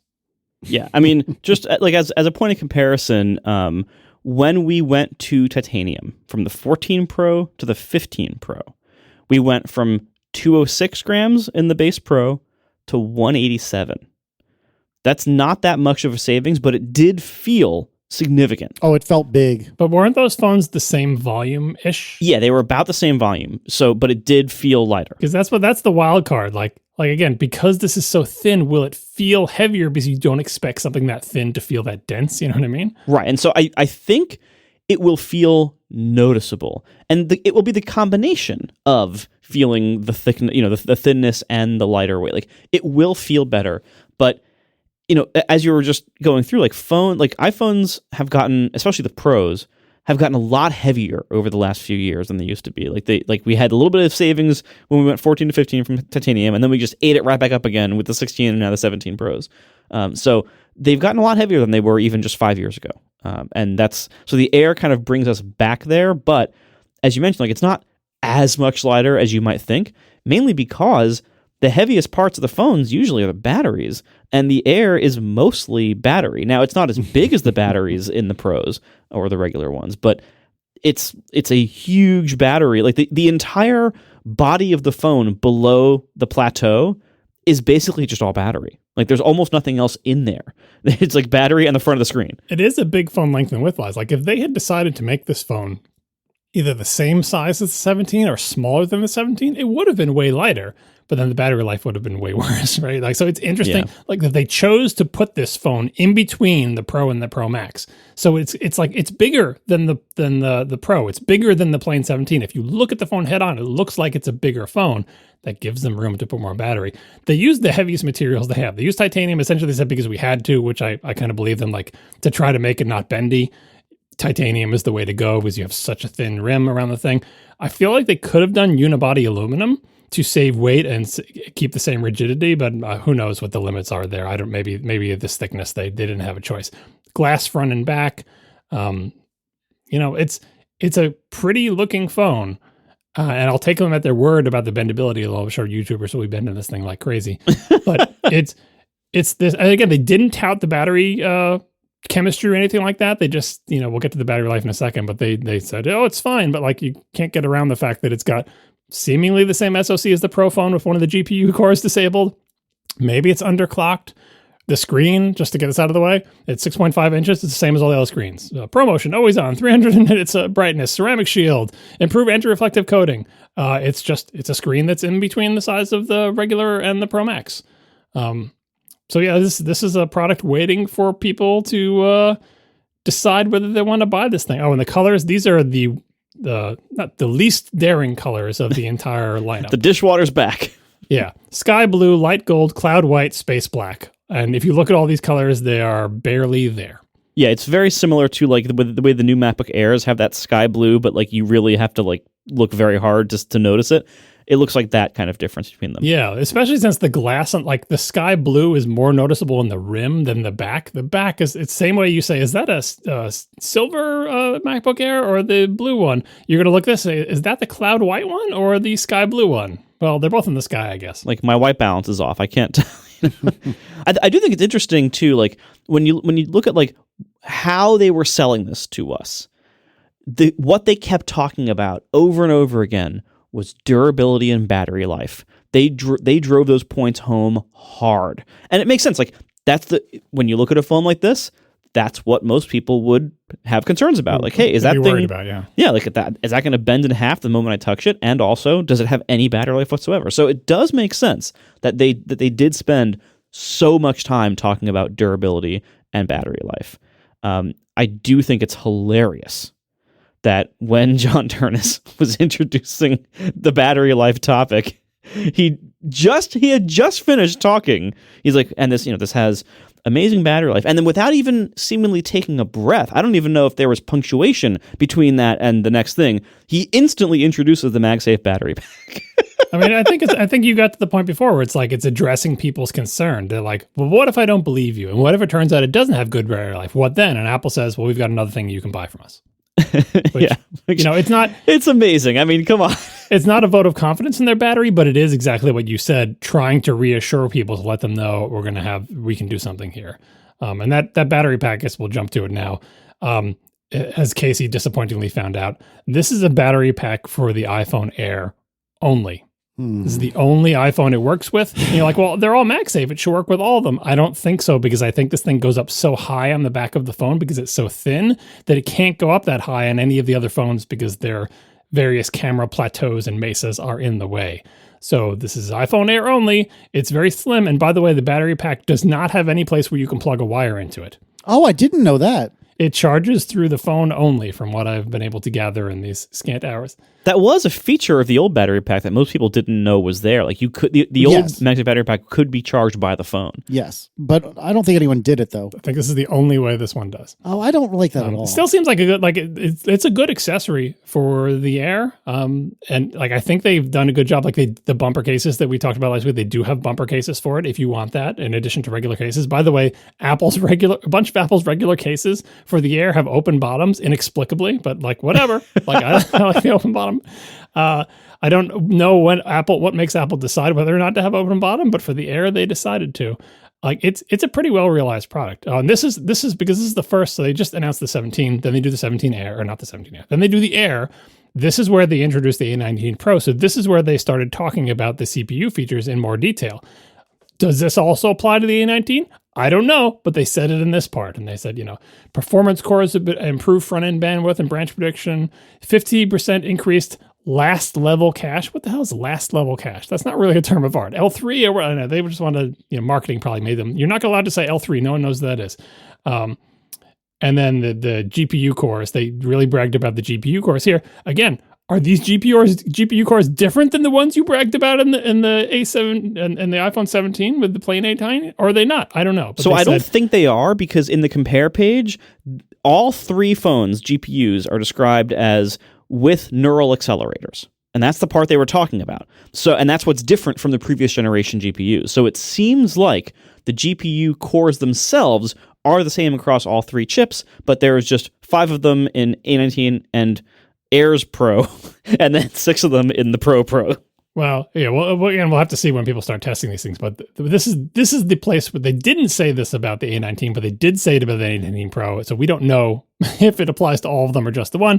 But they said it's got double floating point math rates, up to 3 times the peak CPU compute of the A18 Pro. Maybe that applies to all of the A19 chips, or maybe just the Pro, but that is an impressive figure. And I'm assuming it's mostly due to the embedded neural engines or inside the neural accelerators inside the GPUs. Basically, they're saying if you want to use the GPU to do machine learning calculations instead of using the neural engine, you can do that, and this will do it better. So that's why within, I'm assuming, roughly the same power envelope, they're getting 3 times, and they say very carefully, peak GPU compute. Doesn't mean like frame rates in games. Maybe it translates to that, maybe not. But it does mean how many computations can our GPUs do, because they have that embedded neural accelerator in each one, they can do more.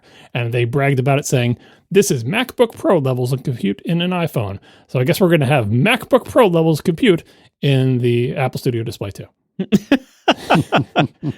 Yeah, my theory here on these chips is that this is the same chip. All 3 of these are the same chip, and it's being binned. Because, again, it seems like the only difference is number of GPU cores and the presence of those, quote, last level caches. Well, GPU cores are pretty big. So is cache. On a silicon die, cache is big.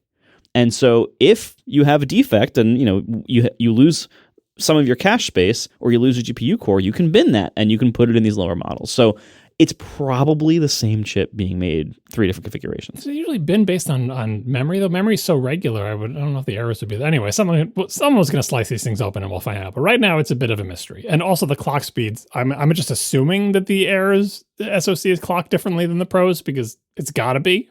But yeah, they didn't say one way or the other. Oh, also, some real-time follow-up, by the way. Mac Rumors posted a thing earlier that they looked in the Xcode resources, and apparently they can confirm with their knowledge of certainty, they are pretty certain that the RAM amounts are 8 gigs for the 17 and 12 gigs for the Air and Pro. Yeah, that was just before the event. And in the week between when we recorded our prediction show and the event, the rumors really were hurting it towards the 17 doesn't have 12, it just has 8, but everybody else has 12. So that makes sense.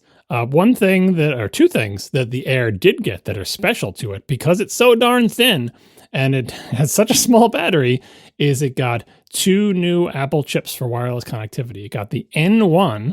I guess that's for networking? I don't know. Sure. N1 implements Wi-Fi 7. Cool. Bluetooth 6. Yay, another Bluetooth number. I'm sure it'll be fixed this time. The Thread radio. And as Apple said, they already make Wi-Fi and Bluetooth chips for the Apple Watch and the AirPods. Now they make it for the phone. Why does this one have the N1? Because I'm assuming the N1 is, maybe they even bragged about it, I forget, takes less power to do these jobs than the chips they were getting from third parties. So the N1 chip is there doing its job. And also, Apple cell modem, not the C1. They said, we did the C1 and we've got a follow-up chip. I'm like, is the C2 ready? No, the C2 is not ready. But the C1X is ready. And what's better about the C1X than the C1? More GPU cores? Supposedly it's twice as fast as the C1. Okay. And it's faster than the cell modem, the 16 Pro, the Qualcomm cell modem, the 16 Pro. I'm assuming it doesn't do millimeter wave. Like, that's why it's not the C2. Yeah, the iPhone Air does not support millimeter wave. Right. But most importantly for the iPhone Air, 30% less power than the C1. So the C1X and the N1 are helping to make the iPhone Air possible by using less power to do a better job at all the things that they're doing. Yeah, this is great stuff. Like we're not that far off from Apple making all of their own cell modems. It's probably next year. Like, if not, it'll be the one after that. But it's probably next year. Like, we're very close now. And so far, like when the iPhone 16e was announced a few months back, that was the first one with Apple's cell modem in it, the C1. And we were all wondering, like, hey, are there going to be any problems with it? Is it going to perform worse? And so far, it seems like it's fine. It's like it launched and no one seems to have said anything afterwards. I know I saw recently, I forget who did it, but somebody tested like performance between the C1 and the Qualcomm modems, and it's basically the same. Like it's better occasionally in some ways, worse occasionally in some ways, but it's roughly the same. Yeah. Like when right after the C1 was announced, someone did those tests and they said the same thing. And here we are several months later, and new tests are still saying the same thing. Like you said, sometimes it's better, sometimes it's worse. It doesn't have all the features of the Qualcomm one. It's not as fast. It's not as fast as the Qualcomm one, but for the role that it's playing in the 16E, no news is good news. Like we don't hear anything about it, and it does what it does. Now I can see people being annoyed by like, well, I live in one of the places where actually it's worse than my past phone's chip. If you don't live in one of the places where it's better, and who knows what determines that, because it's like a global situation. So maybe it's not perfect, but there are no glaring problems, and it's not like when what was it, the Intel cell modem versus the where everyone knew the Intel one was just worse all the time. Yeah, that was my iPhone 7. Yeah. So no news is good news on the C1. And yeah, there's the N1. I'm assuming will do well. And so Apple seems to be good at making these Wi-Fi and Bluetooth chips, and it's got what I believe to be the latest standard on all of them, unlike the chips they're running in Macs.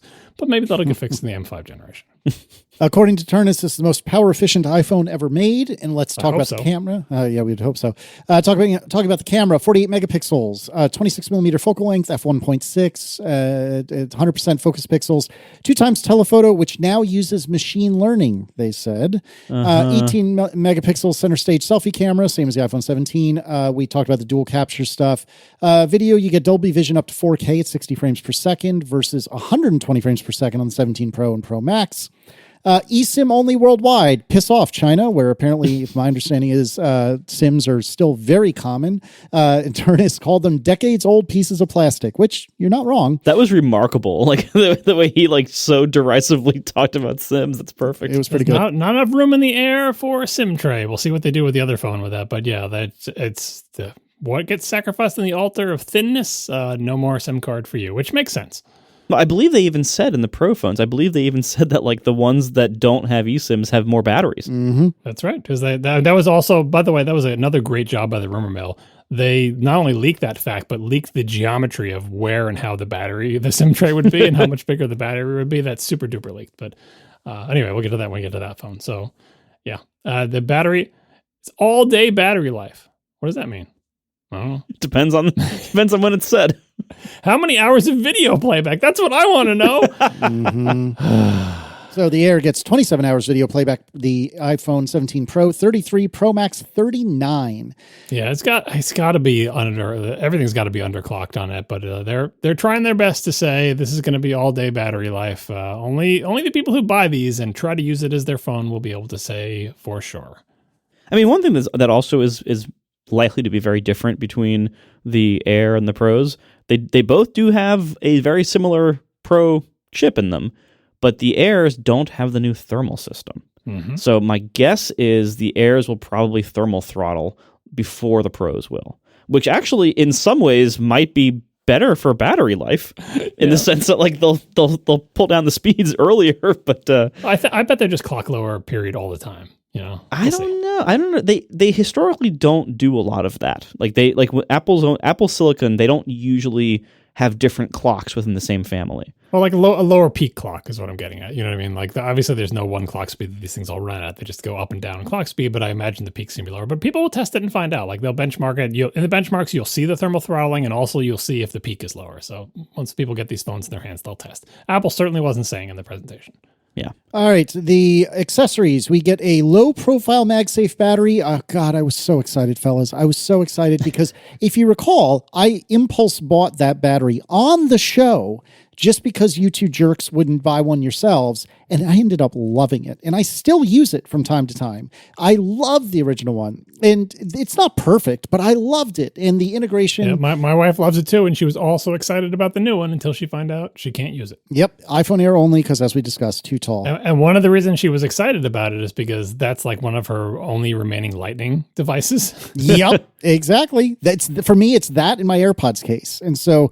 I'm halfway there. I'm living on a prayer. Anyways, they're also offering a translucent case that's less than 1 millimeter thick in frost and shadow colors. They're also doing a color matched bumper, which I was really enthusiastically excited for. I enjoyed the bumpers back in the iPhone 4 era, and I think it's cool they're coming back. And then the rumor mill, speaking of absolutely nailing it, crossbody strap. It attaches at the phone case corners. And what they didn't say, or I don't recall having read in the rumor mill, but looks cool, is they did or did not? They did say this. Oh, okay, my bad. Well, anyways, it's lined with thin, flexible magnets, which is pretty cool. That's like how you adjust the length of it. It's kind of like the old. I feel like it's like the old Milanese loop, but it seems like it's kind of like infinitely adjustable. But anyway, the pictures of it show that will it pinch your chest hair? Yeah. Well, no, John's, just the adjustability back and forth. But the pictures show that it attaches at the case corner. So if you go to Apple's case accessory pages in the store, they all have different views of the case, but now they have a bottom view, and you have to look on the bottom view if you see on the two bottom corners, the two holes on each corner for the thing to loop through, like the lanyard thing. Not all Apple cases have those holes in it, but you need it to be there for the crossbody strap to work. And it seems like it attaches with this tiny whisper thin fishing line type thing that doesn't look particularly sturdy, but I'm sure, again, someone will get this and try to do the yank test. If you have your phone on a crossbody strap, can someone just walk by and go yoink and rip the thing off? Kind of like how in movies, when anyone is wearing a necklace in a movie and someone wants to take it off them, all you do is touch it and you can rip it off their neck instantly. Have you ever tried that with a real necklace? That's not how real necklaces work most of the time.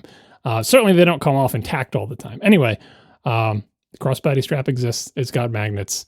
It attaches to some Apple cases, and I bet a bunch of third-party cases as well. All right, iPhone 17 Pro, the most pro iPhone yet by a lot. It's the proiest. It's the proiest of all the phones. Can I just say the opening shot of the orange, and I was like, oh my God, it looks like it's a pretty good orange. They did it. It's a good thing you don't follow the rumors, because right after we recorded last week's episode, there was a parts leak of the USB-C port. Oh, I don't think I saw that either. It's a parts leak for the USB-C port for the orange phone, which is like such a nothing part, but you know how they color their ports to match the cases. And that port was an actual discernible orange. I'm like, oh, Marco's going to be excited by this because it's not bronze or timid. Yeah, it's not copper, brown. Yeah, I still maintain that it would be better to see this in person before deciding to buy it, but because Apple's artwork is not always exactly on point, but at the very least, it is not dishwater orange. Yeah, on that point, like the very first thing I did after the event ended was go to YouTube and see like people posting their hands-on videos of it. Yeah. And it does look more pale in the hands-on videos than it does in Apple's marketing shots. So, I would, and also like the flat part of the back, like where the glass is, where the Qi charger and stuff are, that looks substantially lighter than the rest of the case in all the YouTube hands-on videos. So I would say like we don't know for sure how good of an orange it is, but it certainly seems to be in the good orange family. That's great news to me. Because honestly, like, I guess we're not talking about this yet, but when I saw the hands-on videos from people of the Air, I actually really didn't like it. Oh, really? The Air and the hands-on videos, obviously it's very much showing off like how shiny those case bands are around it. I don't think I like the shiny case band look anymore. I never liked it when it was on the Pros either. They're like surgical grade stainless steel polished. I never liked that either. And I think I don't like it either on the Air. And the Air's colors don't do anything for me. Whereas the Pro is like, oh, this has this cool orange. And even if it's not as bold in person as I hope it would be, it still looks pretty good overall in the videos I've seen so far. So I think like I was expecting the Pro to win me over with specs, but the Air to win over my heart. And like, I gotta have that cool looking thing.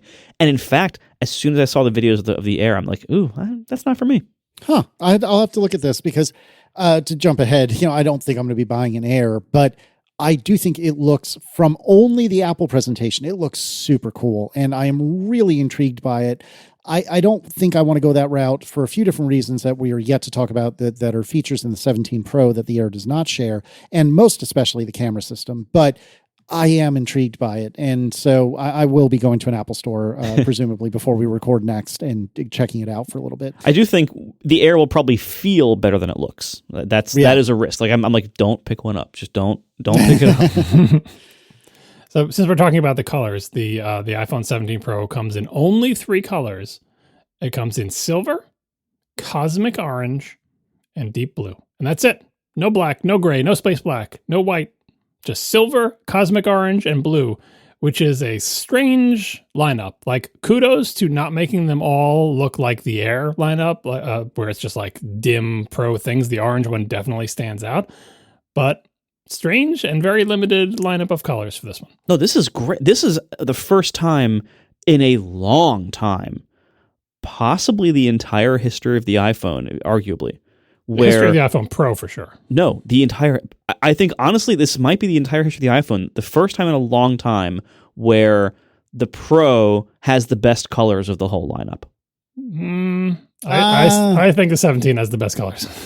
Well, that's you. I know you like the orange, but the other 2 colors, silver is meh, and the deep blue is like bleh. Silver looks stupid, but I think the blue is great. I think the blue and orange are both great. Yeah, I like the blue. Now, and granted, if you're not like a blue or orange person and you're looking at that silver, I would understand if you didn't like these colors. That would be fine.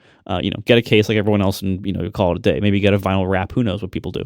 But these I really applaud Apple for making real colors in the Pros. Like, yes, there is no, dark black or space gray, but that's because they have made every single other Pro phone available in 4 shades of black and gray.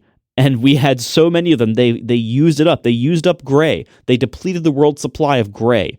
And now we have real colors. Thank God. Well, I want them to do RGB though. I want there to be a reddish one, a greenish one, a bluish one. Like that's the thing that the 17 and the 16 and the 15 and the 14 always do. There's like a yellow one, a red one, a blue one. Like this just has an orange one and 2 other ones that look like space colors. I honestly, we haven't seen any of these in person yet. We'll see how they look. I think that blue is also going to be a sleeper hit. I think the only reason the blue is not getting more of the attention today is that the orange really pops a lot more and is more novel for the Pros. I think people are going to think the blue one is black. I don't know. It looks, obviously, we've seen Apple do like very dark blues, like in the MacBook Air, very dark blues where in person they just look black. This looks lighter than that in the pictures, but we'll see how it looks in person. But I think if they did their usual thing of like 3 grays and that blue, I think we'd all be saying that's a really nice blue. I'm going to go for that one. So I think it'll be a nice color. I think it looks great. I like the orange a lot. It is not for me, even though I do really like it. And I know a lot of people like Marco, like Steven, and I think Jason, if I'm not mistaken, all of whom are very excited about this orange. And I'm excited for you guys. I am super, super thrilled that Apple gave us something more than, a vague whiff of color. I'm really excited that the Pro phones finally got color. I agree, John, it could have been different, could have been maybe even a little bit better, but I'm not going to kick them at this point. I'm going to congratulate them that I'm really excited that there's something that looks like colors here. And I'm also... Like you said, they got color, singular. I really do feel like they got color. They got one color and the other 2 are not. It looks good, though. And we can thank... I think we can thank aluminum for this because Apple has been making really good, saturated, colored aluminum finishes since the iPod Mini in particular. They were really good since all the way back then with the iPod Mini at making colored aluminum in nice, bold, rich colors. And all these dishwater colors they've been making for the last few years, that was all glass and titanium and steel and everything. Now that they ship aluminum again on the Pro phone for the first time in a long time, and we have bold colors again. Thank God. Yep, I'm into it. It's the first unibody iPhone, which again, maybe there were rumors about this, but I don't recall having seen any. What are you talking about? We did a whole show where we talked about this exact thing. About it being unibody? Yes. All right. We said that exact word, I believe. I knew the rumor mill obviously had the case designs nailed, but I don't remember hearing that it was unibody. Okay, thank you. All right, same. I feel like I wish we had a better real-time search. I'm pretty sure I actually literally said the word It's a machine out of a single piece of aluminum. Like you could see this exact case leaked. Anyway, it looks cool. On the show. I don't know. I feel like you're gaslighting me. Anyway. Oh no! Well, if I am, it's not on purpose. I'll put it to you that way. Yeah, this whole case leaked, and the reason they call it unibody is because it is machined out of a single piece. And as you said, though, remember I was talking about torsional rigidity because like the the sides connect with the back, connect with the top, connect with the other side. Like the camera plateau is not, it's not like a band with a sandwich around it. That's what I meant by unibody. So anyway, this all leaked. You two should have been paying more attention. Forgive me if I did not say these exact words on the last show. But anyway, this is all good because, as Marco said, it's all aluminum. So it's lighter, it's easier to anodize, it transfers heat better. You can, and I think that it's probably more rigid than it was because it is a more complete shell. Remember when I was talking about how it's harder to repair because you can't go in through the back anymore? You can only go in through the front for the cameras. You take off that glass thing. Anyway. Oh, yeah. It's all coming back to you. You'll be shocked to learn that it has the new ceramic shield on the back and the front because that base has the big glass panel on the back. Maybe we didn't make that clear last time someone asked the question. How are they supposed to get anything to work if it's all aluminum? How is the signal going to get out? Most of the back is taken up by a, don't call it glass, ceramic shield insert that's stuck in the middle of the aluminum thing. So that's where like the Wi-Fi antenna is. That's where the MagSafe things are. But the iconic camera plateau is all aluminum. And the rumored vapor chamber cooler is inside there. It apparently contains deionized water, and that's laser welded into the aluminum chassis.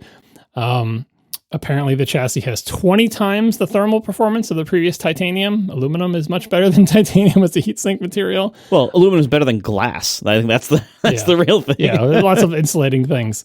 Like the glass line thermoses and stuff, it's really good for insulation, not so much for heat transfer. Well, that's because they create a vacuum. It's not because, but yeah, yeah. I get your point. They have glass line. Remember, like not the things that you have. They have glass line thermoses that don't draw a vacuum between the edges. I think, or maybe when I was a kid because we used to break them accidentally. Anyway, this also leaked, and Apple didn't talk about this, but I was pausing their fake CGI images of the inside of the phone, and I'm pretty sure this is correct. That in this phone. The logic board that has the SoC, has all like the electronics on it, all the chips on it, is horizontal near the top of the phone from left to right, like a strip. For years and years, the logic board has been kind of like along one edge, as like a vertical thing. Now the logic board fits horizontally towards the top of the phone, which means that the whole rest of the phone is battery without the logic board getting in the way.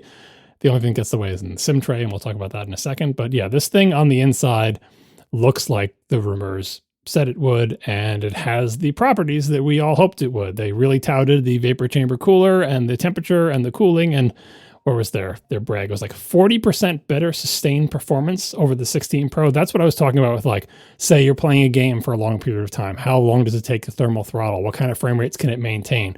They're bragging about sustained performance. I don't know if they even bragged at all about like peak performance or top level performance, but sustained performance is what this thing excels at because they've got a way to get the heat out. And they showed the heat pipe, like going from the horizontal SoC like logic board thing, essentially sending the heat down the length of the phone, basically on top of where the battery is, although it's pointing outward, I'm assuming, so the heat is radiating out through the case or whatever. But that's where it's moving the heat from the horizontal logic board down to the rest of the phone where there is no electronics. Yeah, this looks very promising as like this should be a much better thermal design than before. Now, like I was saying last time, if you just move the heat better out of the phone, that's not going to help the fact that like if you have a case around it that's insulating the heat from getting out, like which most people do, like it's not going to be amazing at that. And the phone still has, unless you buy the stupid thing that I buy, the phone still has no active cooling of like a fan on the outside or anything like that. So like it's still going to be limited to how much heat just passively dissipates through the case, but making it, easier for the heat to get to the case has got to help in certain contexts. So this is a good sign. And I think it basically has more mass to heat soak essentially, because it's like with the titanium, I think it was just took so long for the heat to transfer. Like, could the heat ever get to the, the upper corner of the phone when you're playing a game? Like, well, through the titanium, it's going to take a long time for the heat to slowly heat up and crawl up to the corner of the phone. Whereas aluminum, I feel like it will race up there and it'll basically fill the volume of aluminum metal with the heat to spread the heat around. So it will take longer before it's heat soaked. And by heat soaked, we mean that there's not enough of a heat delta between the hot thing and the thing pressing up against the hot thing for heat to move at all. And then now there's nowhere for the heat to go. You need a temperature differential. You need something that's one temperature to be next to something that is a different temperature for the heat to move. And if that difference gets too low, then you're essentially heat soaked. Like there's no place else for the heat to go except for out into the air, which can be difficult with the case or whatever. So again, we'll see when people start testing this. But the design is promising, the materials are promising, and the things Apple's were touting are also promising.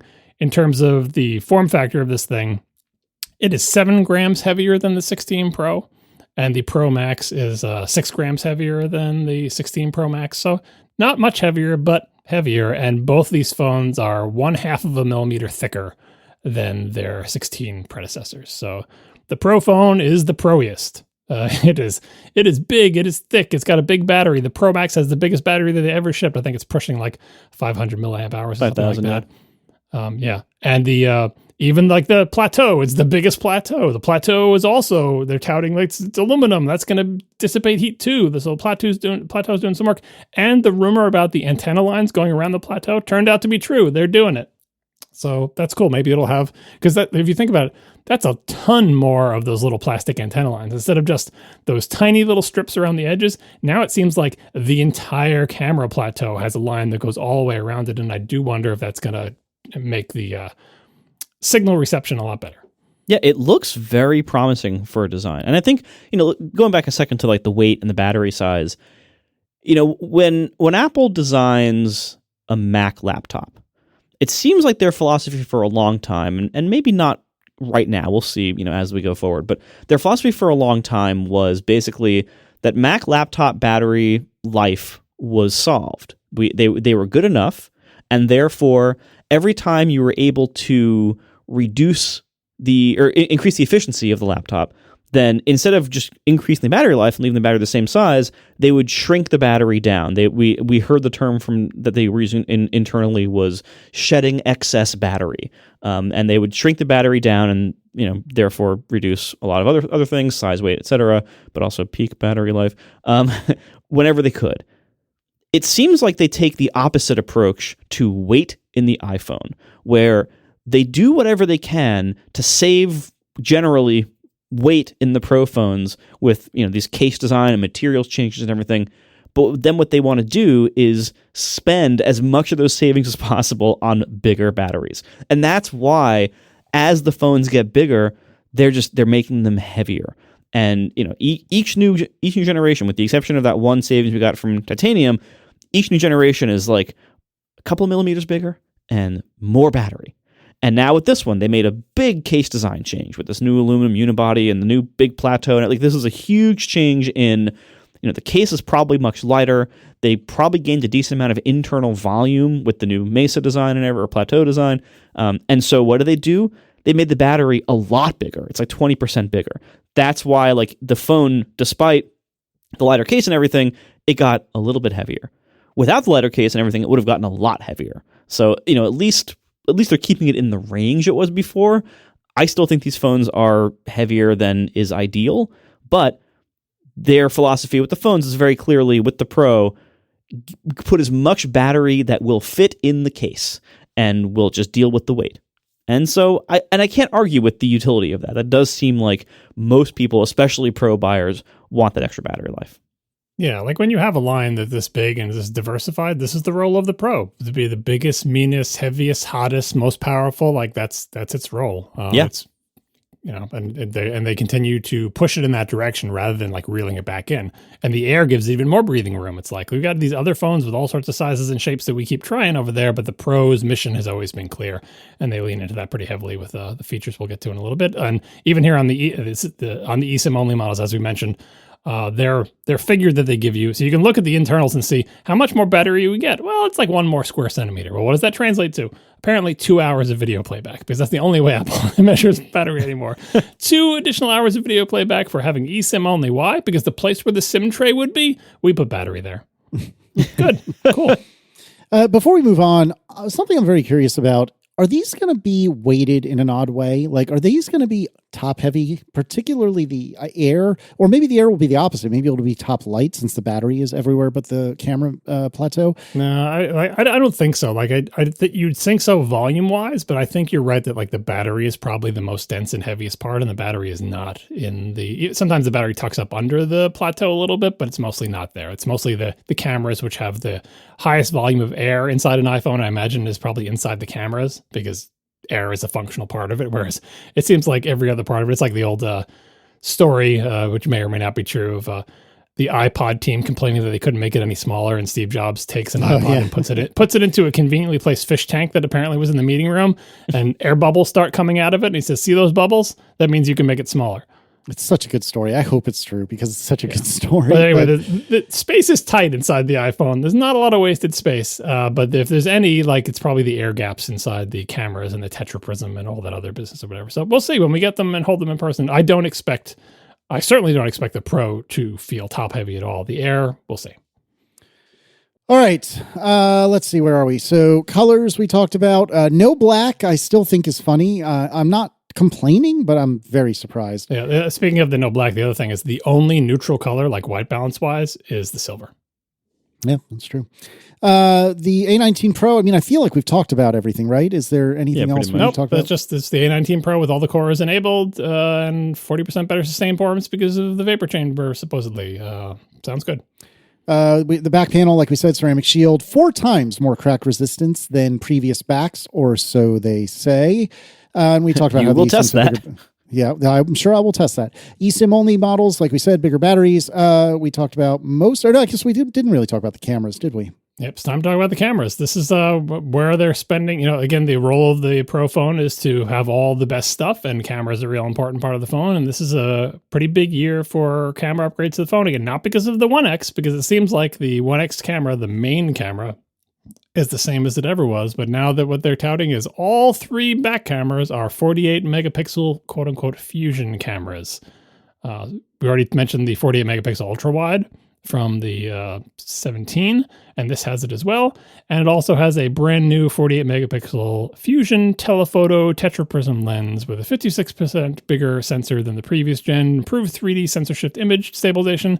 And from what I am able to gather from Apple's presentation and their crappy lack of tech specs on their product pages, is that this is a 4x optical zoom tetraprism camera. Yes. That lets you crop into 8x. So at 4x, you get a 48 megapixel image at f2.8 with 1.4, micrometer quad pixels or 0.7 micrometer single pixels. I believe that's right, yeah. And you get an 8x zoom. And so the rumors were saying this is going to be 8x zoom telephoto, and you can see how they were getting that, but no, it's a 4x optical zoom camera that you can crop in to get a 12 megapixel 8x zoom thing, again at f2.8 with the 0.7 micrometer pixels.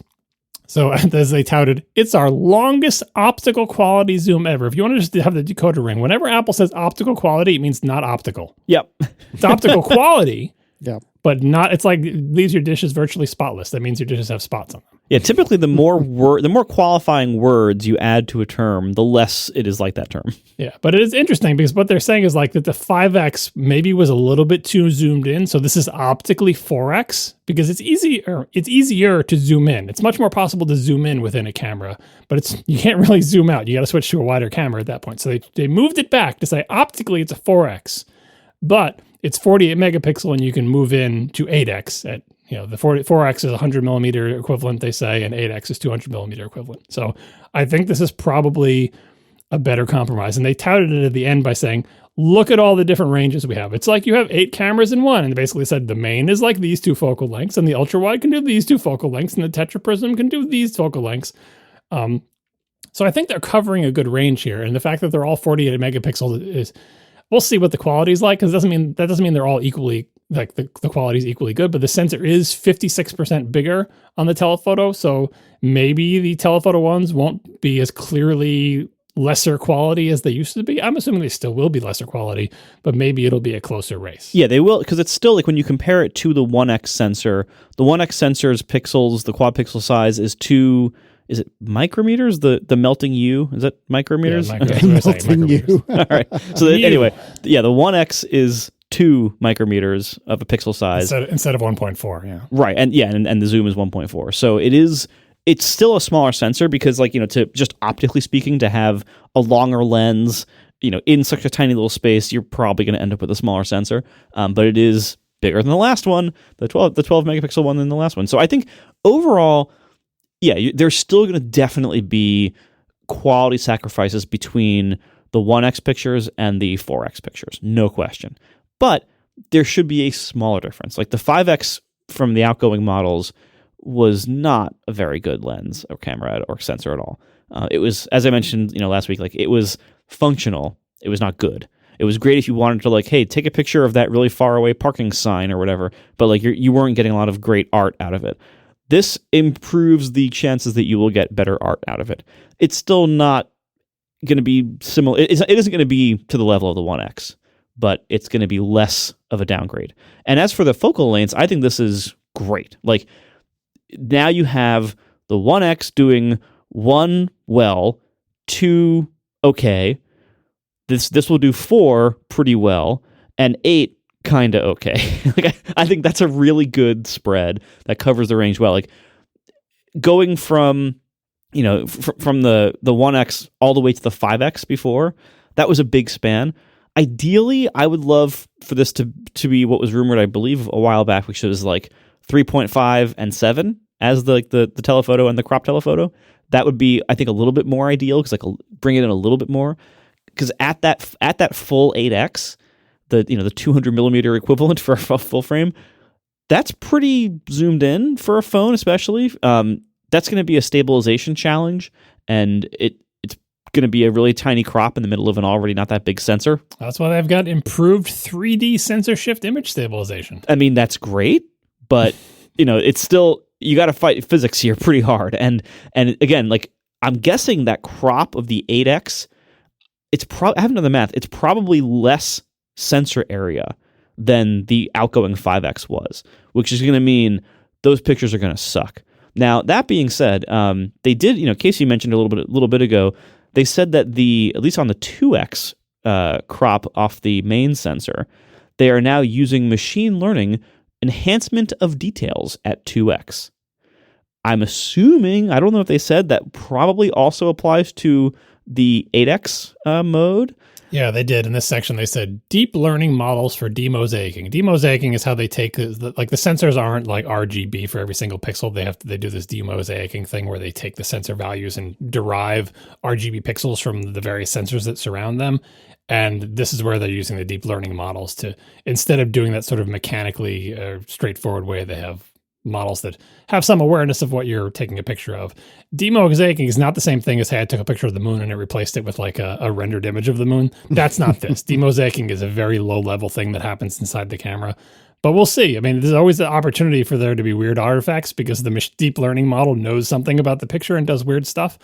Hopefully third-party camera apps will be able to disable or route around that to, what was that, process zero, the halides thing or whatever.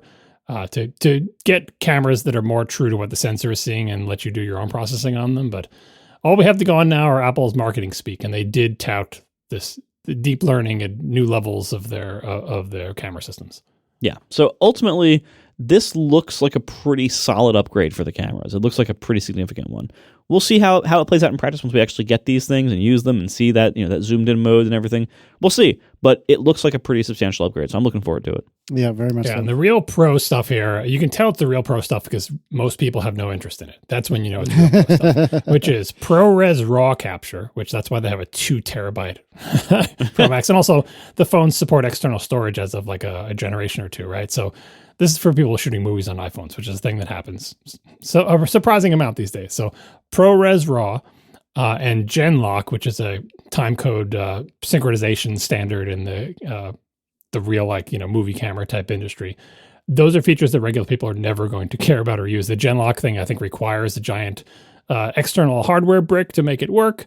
There's no 8K support. There was a rumor of maybe it can do 8K. It probably could if you pressed it, but no, 4K 120 is still what it is. But the ProRes RAW capture, the external storage, the GenLock thing, these are all features for people like Apple who are shooting professional video with an iPhone, which you might think, oh, that's just a stunt. Just Apple does that. And there was Soderbergh did a movie on iPhones years and years ago, but there is a surprising number of current movies or recent movies that have been shot either partially or entirely on iPhones, and you wouldn't even know it. So I look at this thing with its 3 48 megapixel cameras, huge battery, vapor chamber cooling, and ProRes RAW and GenLock stuff, and I'm like, this is really becoming a pro camera with a phone attached to it. And they're really leaning in that direction. I do wonder if someday they're actually going to push even farther and have a model that is dedicated to being a camera. We're not there yet, but every time they do these presentations and they have more segments that are of interest to like nobody in the audience except for literal professional videographers, it seems weird. And on that front, I didn't get the answer to this before the show, but, and I think I said it in one of the Slacks we're in and no one offered their opinion. Is it just me or was this presentation 60 FPS? I have no idea. I understand the question. I don't know. I don't know either because I couldn't figure out from the video stream. Once it's downloadable, I'll check to see. That could have just been my imagination because HDR sometimes looks unreal or whatever. But if it was 60, like, because they shot an iPhone. They said they shot an iPhone. They've shot past ones on iPhones or whatever. And the iPhone, you can choose how you want to shoot it. But it does support 4K 120. It supports 4K 60. I do wonder if this was shot at 60 frames per second. I couldn't tell immediately, but something looked weird to me. But it does kind of. I'm looking back, like at the people sections. It does look like it. Yeah, I think it might be. Yeah, there's a little. I kind of think of it because I shoot my movies in 60 FPS too, which it looks different. We're used to like movies are in 24 frames per second, TV is in 30 in this country, or 29.97, whatever the hell. So 60 does look a little bit different, but yeah, this camera, especially the orange, it's kind of like a thing that you would see on a movie set, like a piece of professional video equipment more than a phone that people use. But anyway, it's a powerful camera. It's a powerful phone. It's both things in one. All right. So the phones all look great. We'll talk more about them in a minute. The accessories. TechWoven is here, just as the rumors announced. They specifically called out they are resistant to stains, which is kind of funny. There's also clear cases, silicone cases, and all cases have a new button design, and they all work. Or no, I'm sorry, not all of them. Some of them work with the crossbody strap. The TechWoven for iPhone Pros, and the silicone cases for all the iPhones. Yeah, and again, if you go to the case product pages, go through the images to like towards the end, they'll show one at the bottom of the phone. If you want to look for those like vampire holes, which is interesting because if you're not interested in lanyard, you're like, why are there these 4 extra very large holes on the bottom of my iPhone case? Well, it's for there in case you want to put a lanyard on it. And I'm very curious to see someone take these apart and say, what's behind those holes? Because there's got to be some kind of reinforcement. Because it was just like on the silicone case, you can't just have silicone there. Like any lanyard you put in there would just rip through in 2 seconds. So that's interesting. And all these ones with lanyard straps that I've seen are closed bottom, which makes sense. But yeah, TechWoven looks interesting. I'm trying to kind of encouraging my wife to get TechWoven just so we can see what it's like. She got fine woven and didn't mind it, but I'm interested to at least feel what TechWoven looks like. And again, kudos to the rumor mill for getting the name as well. And I'm also interested in, like, they glossed over it and you just mentioned it too, but like, oh, we have better buttons. How? Why? What's better about them? I don't know. We'll find out. Yeah, I don't know. I'm glad they are continuing to try this. Based on the website photos of TechWoven, I'm not really sold. Like, I think Peak Design's everyday case looks a lot better as like a fabric nice case. Like, we'll see. I mean, I'll certainly want to play with them in the store once I see them. But so far, TechWoven is not really drawing me to it. Yeah, so at this point, they start talking about the iPhone 17 Pro Max, and I'm getting real nervous because they said, there's 4 iPhones, the iPhone 17, the iPhone Air, the iPhone 17 Pro, and here comes the iPhone 17 Pro Max. What are all the ways it's going to be all kinds of better? And I'm thinking, oh, God, I'm going to have to go up in size again, which I didn't mind when I did with 15 Pro Max, but I was not keen on the idea of going big again. And they basically said, well, you can get 2 terabytes. That's it. Yeah, that seems like the only difference. Yep. Yeah. So much for the optical zoom 5x to 8x. Nope, doesn't exist. There's nothing different about it. It's got a humongous battery. If you want, it's the biggest battery ever, the longest battery life ever. Yada yada yada. It's a big phone, but it's not appreciably different than the 17 Pro. Yep, which I am very excited about. As I said earlier, all the iPhones, as we mentioned, start at 256 gigs. The prices: 17 starts at $800. The Air starts at $1,000. 17 Pro at $1,100. Pre-ordering this Friday at 8 a.m. in the One True Time Zone. Available the following Friday on September 19th, which is the way it's been for years now. iOS 26. Available Monday the 15th. This is not what this episode is about, but I'm going to tell you right now, Call Sheet is not even going to be close to September 15th. However, I will put in a plug for Overcast, which I'm not saying it will be available on the 15th. I'll let Marco talk in 1 second, but I will say I'm on the beta and it looks good.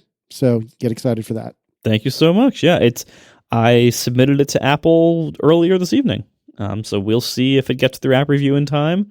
Who knows if it will, but that's always a wild card to some degree, but I think it probably will. And this is the first year in, many years that I've been ready on day one with an update to take advantage of the OS, the new OS.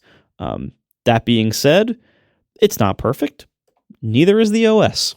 So there's a couple little like visual glitch bugs that I have not yet figured out how to fix. Honestly, like it seems like it's iOS bugs. Like, okay, I guess I'll have to deal with that. But I'm pretty proud of where it landed after a very bumpy summer, very bumpy. But I think I got to a good place. My prediction earlier in the year when there were rumors of a redesign of the OS, and I said back then, if they do that, that's all we will have time to do this fall. No new features. That's basically true. That's basically what happened. So Overcast is ready for the redesign, basically, and there are almost no new features. So that's where I landed. I look forward to the rest of the year of actually working on features, hopefully.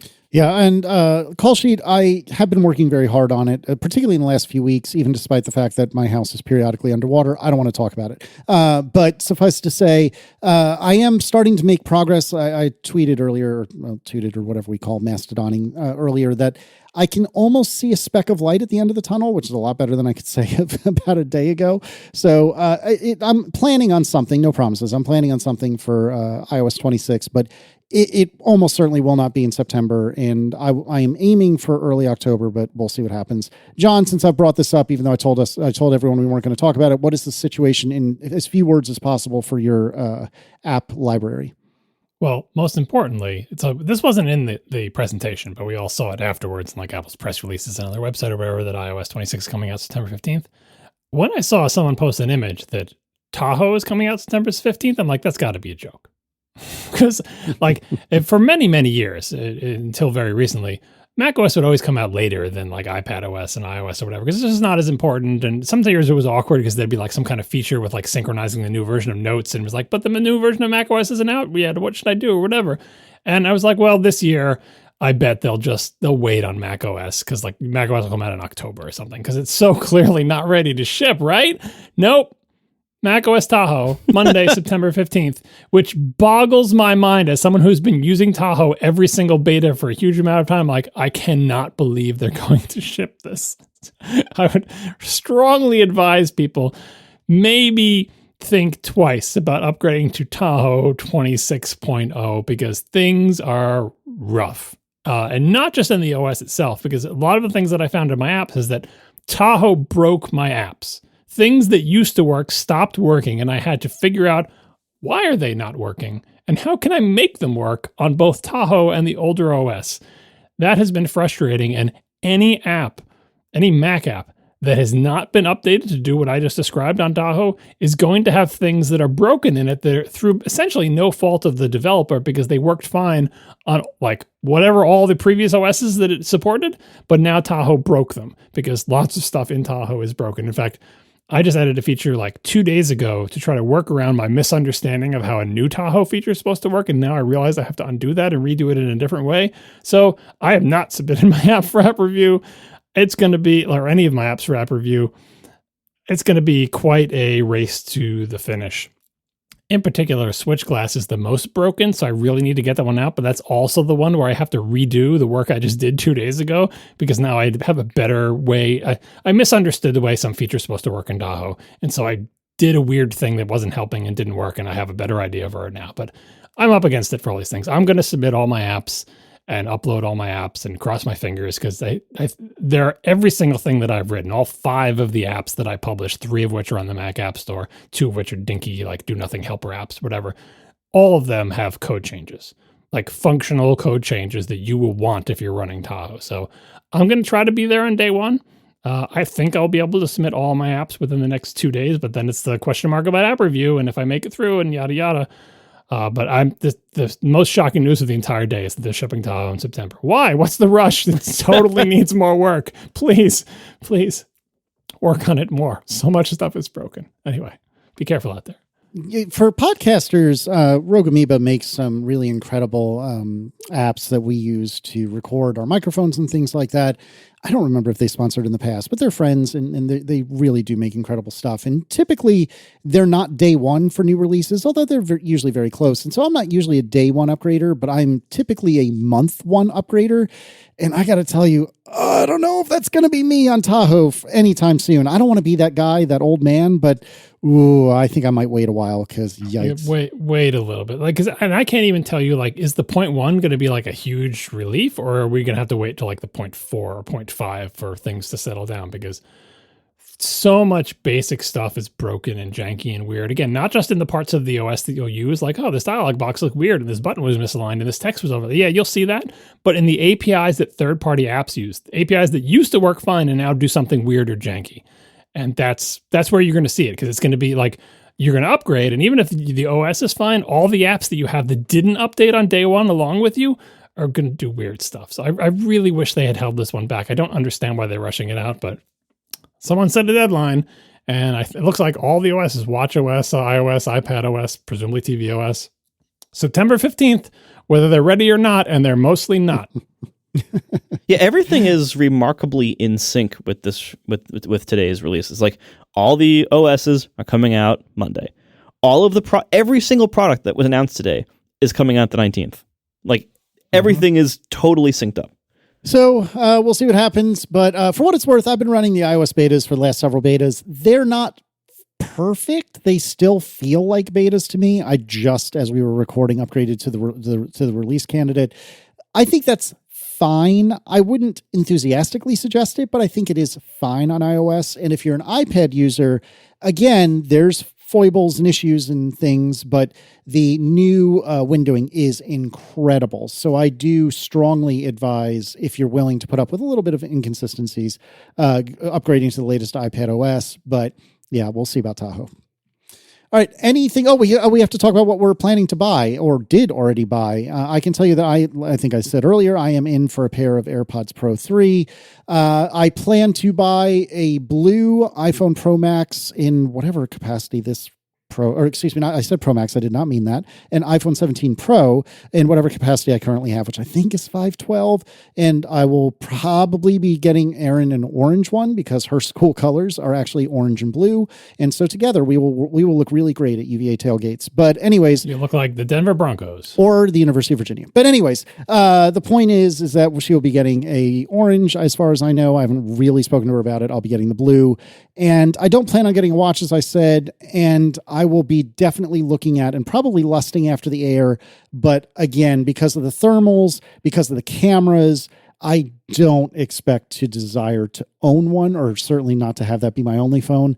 But we'll see what happens. Marco, what are you planning to do? As mentioned earlier, I was going into this event expecting to have the Air as my phone. And then once I saw the combination of not really liking the way the Air looks, and the orange of the Pro being pretty good looking so far, I changed my mind on that. And so I'm going with 17 Pro, the regular size, probably 256, because I've been getting 256 for a while. It's been fine. I'm near the edge of it, so maybe I go 512 this year, but it's another $200, and it seems like it might be wasteful. As wasteful as any of this is. But, I think I'm going to skip the watch. I don't really think I need one for any reason this year. And if I do skip it, I think that'll be the first Apple Watch generation that I skip. Oh, interesting. I'm on the John plan for Apple Watches, generally speaking. So I typically only go every other year. I'm sure that's been not true at some point in my life, but generally speaking, that's what I do. So you're on the every year plan, generally speaking?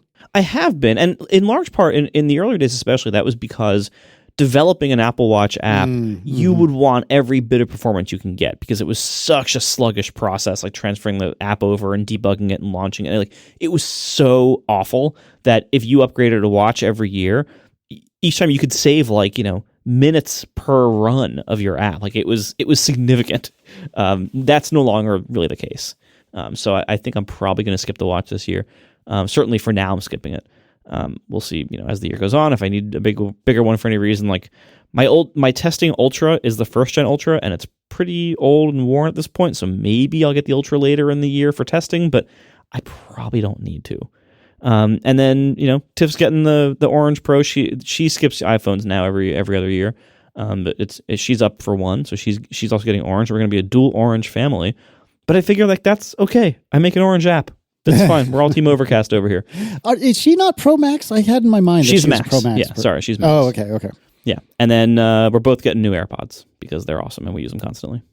Good deal. John, you said this is an off year for you. Is that right? Yep, no new phone for me this year. Although I will say this is the first year I was tempted to try the AirPods Pro for two reasons. One, the different shape, and two, the 5 different tips. I don't like things in my ears, but I'm always like, well, maybe it's not as bad. Maybe I'll try it. I tried the AirPods 1, I tried the AirPods 2, and I was like, nope. And I'm like, well, maybe these ones, they've got a foam tip, they're different shape, yada yada. Like, because I like the feature set. The only thing I don't like about them is having stuff shoved into my ear holes, which is why I still use the AirPods 4. But I'm not going to do it. Like, maybe I'll wait to see if someone else has them in my family that I can try theirs out or something. But I don't know. Anyway, all this to say is I found them to be an impressive product that almost tempted me to order them, but I didn't. Instead, it's the whole rest of the family's year to get a phone. So my wife and I trade off years. This is not my year to get a new phone. I have a 16 Pro. I'm keeping my 16 Pro for another year. She has a 15 Pro. She is going to get a 17 Pro. She was waffling between the orange and the silver, but I was trying to push her a little bit towards the silver just because she likes to have colorful cases, and orange is not going to go with a lot of case colors. Even she was like, well, maybe I get a purple case with it, again, to your point, Casey, about that. But you have limited options to coordinate case colors with that orange. And you're going to see a lot of the orange because the gigantic camera plateau is very visible through the case. So she seems to be leaning towards silver. Both my kids are getting plain 17. My daughter has chosen sage. My son is not responding to my texts. So I don't know what color he wants. My daughter, 256, is fine with her because she's not even using all the 128. I actually looked at my phone while you were talking about storage, Marco, and I'm at 263 usage on my 512, so I couldn't get a 256, or I shouldn't get a 256 because I would really be pressing up against the edge of it, but my kids are not using that much storage, probably because they don't have that many photos yet. And my daughter is currently using the clear case, so we're getting a clear case for her 17. My son has been using OtterBox cases, but I'm going to see if I can convince him to try one of the Apple cases this year. We'll see. My daughter has also been using a MagSafe wallet to put her student ID in or whatever because she's at college now, but she's got complaints about it, and apparently she says that it's hard to take the cards out because she got some cheap Amazon third-party MagSafe wallet and it's having trouble getting the cards in and out, and she says that her student ID, door loop thing, that you press up against a door to open the door. She seems to think that the magnets interfere with that. And I'm not sure if it's the magnets in the wallet or the magnets in the phone or whatever. I was suggesting to her she should get an Apple MagSafe case instead of this weird third-party Amazon case that she liked because it had pretty flowers on it. And maybe that will work better performance-wise with the camera thing. But her current plan is to get the clear Apple case and then buy a sticky, as in permanent stick-on sticker wallet to stick to the Apple clear case, which of course means she can no longer stick it to the MagSafe mount in the car because there will be a wallet permanently attached there. But she doesn't have a car at college anyway, so this is an ongoing struggle. What I'm trying to do is I need to get everybody's orders in. Tell me color, figure out the storage. What kind of cases do you want? And then so I can be prepared when these orders go live, which is the 12th, Friday? So I can be there on Friday to order 3 phones. And I'll mostly be concentrating on my wife's because I imagine the plain 17 will be easy to get. But yeah, that's the plan. Even though it's quote unquote not my year for a phone, we're buying 3 iPhones. Thank you to our sponsors this week, DeleteMe and Grammarly. And thanks to our members who support us directly. You can join us at atp.fm/join. One of the perks of membership is this show doesn't have to be over. If you want more of us after all that, you can listen to ATP Overtime. Every week we do a bonus topic called ATP Overtime. This week on Overtime, we're going to be talking about Apple's competing implementations for the new Siri. There's been a lot of rumors around that, and so we're going to be talking about that in Overtime. All right, you can join to listen at atp.fm/join. Thanks, everybody, and we'll talk to you next week. Now the show is over. They didn't even mean to begin, 'cause it was accidental. Oh, it was accidental. John didn't do any research. Marco and Casey wouldn't let him, 'cause it was accidental. Oh, it was accidental. And you can find the show notes at atp.fm. And if you're into Mastodon, you can follow them at CASEYLISS. So that's Casey Liss, MARCOARMENT, Marco Arment, SIRAC, USA Syracuse. It's accidental. They didn't mean to. Accidental. Tech podcast so long. I was going to interrupt you during your spiel to clarify that, hey, if you want to hear more of us, yeah, there's always the after show. Like, our show is such a confusing format for new listeners. Like, I think I'm already getting overtime because after they say that, I always hear more of the show.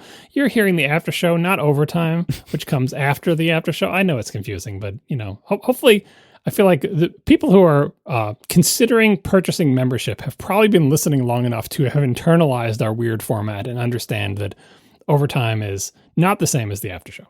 Also, like, you know, I think people are able to look at their podcast app and they can probably see like, oh, there's still 15 minutes left. Like, granted, a lot of shows put a whole bunch of crap at the end that you skip past, but like 15 minutes would be a lot. Like that would be unusual.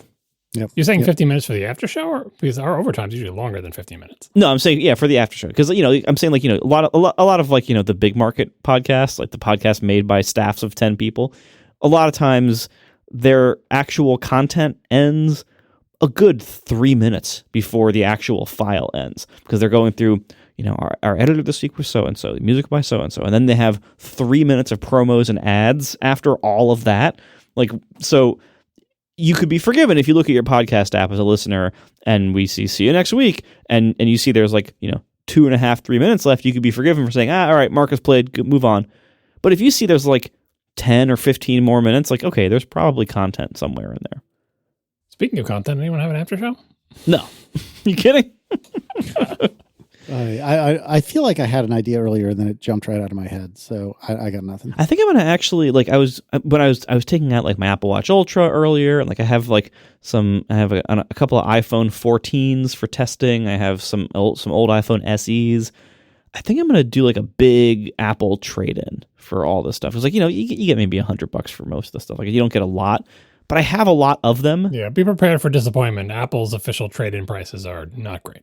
No, and yeah, you know, there are other, like, you know, people often ask, like, you know, what do you do with your old things? And like, there are other trade-in sites, many of which pay a bit more than Apple does, but Apple's trade-in is really easy and reliable and usually is fine. Now, like with many things, like, you know, you could sell your phones on eBay and make the most money, or sell them privately and make even more, because, you know, you wouldn't be paying eBay's fees, you know, but you're taking on more work and more risk.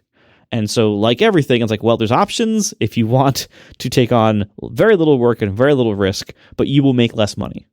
But right now, these things are mostly just sitting around like in drawers and stuff, like waiting to be tested. And my test fleet is quickly aging. And now that I'm, you know, on iOS 26, Overcast works on iOS 18, but I don't think I'm going to keep that for that long, like maybe 6 months. And then I'm really going to only need like one set of test devices. So I think I have a bunch of stuff I want to clear out here. And rather than mail it all to you, I'll wait till it's worthless before I mail it to you. Well, it's still worth something. I'll send it to Apple and get some credit. Yeah. Speaking of iPhone fleets and cameras or phones that are in drawers, my wife, as people know who listen to the show, has many phones, usually on her at the same time, anywhere from 2 to 3, 4, depending if she has her work phone. She's got a lot of iPhones, so much so that they weigh a lot in her purse. And why? Because she's doing Pokemon Go. So a lot of our older phones end up going into the Pokemon Go fleet because she plays multiple accounts, along with the auto catching things and stuff like that. Anyway, I bring this up just to celebrate one of my wife's dreams come true recently. She always wanted to have, whenever we'd go like on vacation or somewhere, or someone else's house, or like one of my kids' dorm room, or they say, "You're so lucky you have a Pokestop within range of like your bedroom. So you can spin the stop and do all the things that you need to do and maintain your streaks from your own house." And now finally her dream has come true. There is a Pokestop within range of our house. Oh, nice. She had a friend who is experienced at suggesting new Pokestops and knows how to like do it and work the system. And she sent him suggestions. Can you please suggest this, and this place? And he did it. He got a Pokestop to be near our house. So now she can spin stops from the comfort of her own bedroom. She's probably doing it as we speak right now. She's very excited about this. I feel like, isn't Pokemon Go the game that's supposed to like make you get up and walk around, and now you're celebrating the fact that you can do part of the game from within your house? And she's like, well, I'd be in my house at night anyway. And this just lets me like on the alternate phones that I'm not carrying with me all the time, this lets me maintain my streaks or whatever on my secondary and tertiary and quaternary phones or whatever. Anyway, she's super excited about it, and I'm happy for her. But all this is to say is that phones have a real hard time leaving our house, because what actually happens to them is they get cycled into the Pokemon Go fleet, and that's a harsh life for a phone, because they're on all the time. They're running that game all the time. If you like, when you run a game, so meanwhile, you're the one like preserving your battery, like taking every possible precaution. This is where the phones are going to end up. Only to have it trash. Because if you run Pokemon Go as the only app you run on your phone, and like you have to leave the phone like essentially on and running that game to do like the auto catching thing and stuff, it slaughters the batteries. Like it just murders them. And so, yeah, it's a short, brutal life for these things. Eventually, they become worthless and just get recycled. I have brought things to the Apple Store for recycling, not for trade-in, but just for like, I don't have to pay you, and please just take this and make it go away. They don't give me any money. I don't give them any money. I figured it's a fair deal to get rid of this battery, which I would otherwise have to take to like the electronics recycling thing or whatever. I just give it to Apple, and they do something good with it, and that is ultimately the end stage of phones in our household. Although we do have a big box of stuff in the attic, but I saved some ones that I have sentimental value. Like I think we've got her iPhone 4S because I love that one. I think we've got a 5. I've got my pristine iPhone 7 with no scratches on it. I think we have a 6 in there somewhere. I have some sort of like iconic phones that I'm saving, but yeah, a lot of them just go to the Pokemon Go farm upstate, and they never return. That's so sad. Like I'm picturing, like when we first learned in Wii Sports that you could play like tennis, just kind of sitting on the couch, like flicking your wrist. You're like, oh, like that kind of ruins the image of this game. Yeah, again, her argument is that she still has to go to like community day and do raids and blah, blah, blah. But she's excited about she's like, if we get enough things, then we can get a gym near the house, and then she can occupy the gym and defend it and do it. Like she still goes out and she's out doing Pokemon stuff all the time. So she is getting out of the house and doing it. But apparently it's like, well, look, at some point I am going to come home. At some point I'm going to go to bed. It would be great if I could spin stops from there. And now she can. And meanwhile, like, I'm sure the Poke Corporation or whatever is like, this new Pokestop has amazing loyalty and performance from these like 10 accounts that no one else goes there, but these 10 accounts just love this place. Yeah, it's not 10 accounts. I think she's only got 3, maybe 4. I don't keep track. Gracious. I mean, I briefly played Pokemon Go mostly at Declan's insistence, and I understood the draw in general. I'm not sure I would have gotten to the point of carrying 34 phones simultaneously and trying to power 34 phones. I didn't. What does her charging situation look like at night? I mean, my word. Oh, yeah, it's one of the problems with our charging area. She was just talking. Have you ever seen one of those like docks that charges fleets of iPads for schools? Yeah, we do. Yep. Yeah, it's like it's kind of like what would you call it? Like a dish rack where you put the phone sideways into the thing. We've had that for years, and it charges them slowly. It's not a very fast charger, but it's got a capacity for a lot of stuff. But she was just saying, okay, now that the kids are both going to have USB-C phones, we can get rid of a lot of these Lightning things. She's like, but just leave the long Lightning ones, because all the old Lightning phones that she uses are like, they don't fit in the slots. They're off to the side. So she uses the long cables to connect to the Lightning ones, and the short cables just go up to the devices. So we're going to have to do some recycling of our powering cables, but rest assured we will still have plenty of Lightning devices until all of the Lightning devices age out / die out from her Pokemon fleet. But we're a ways from that.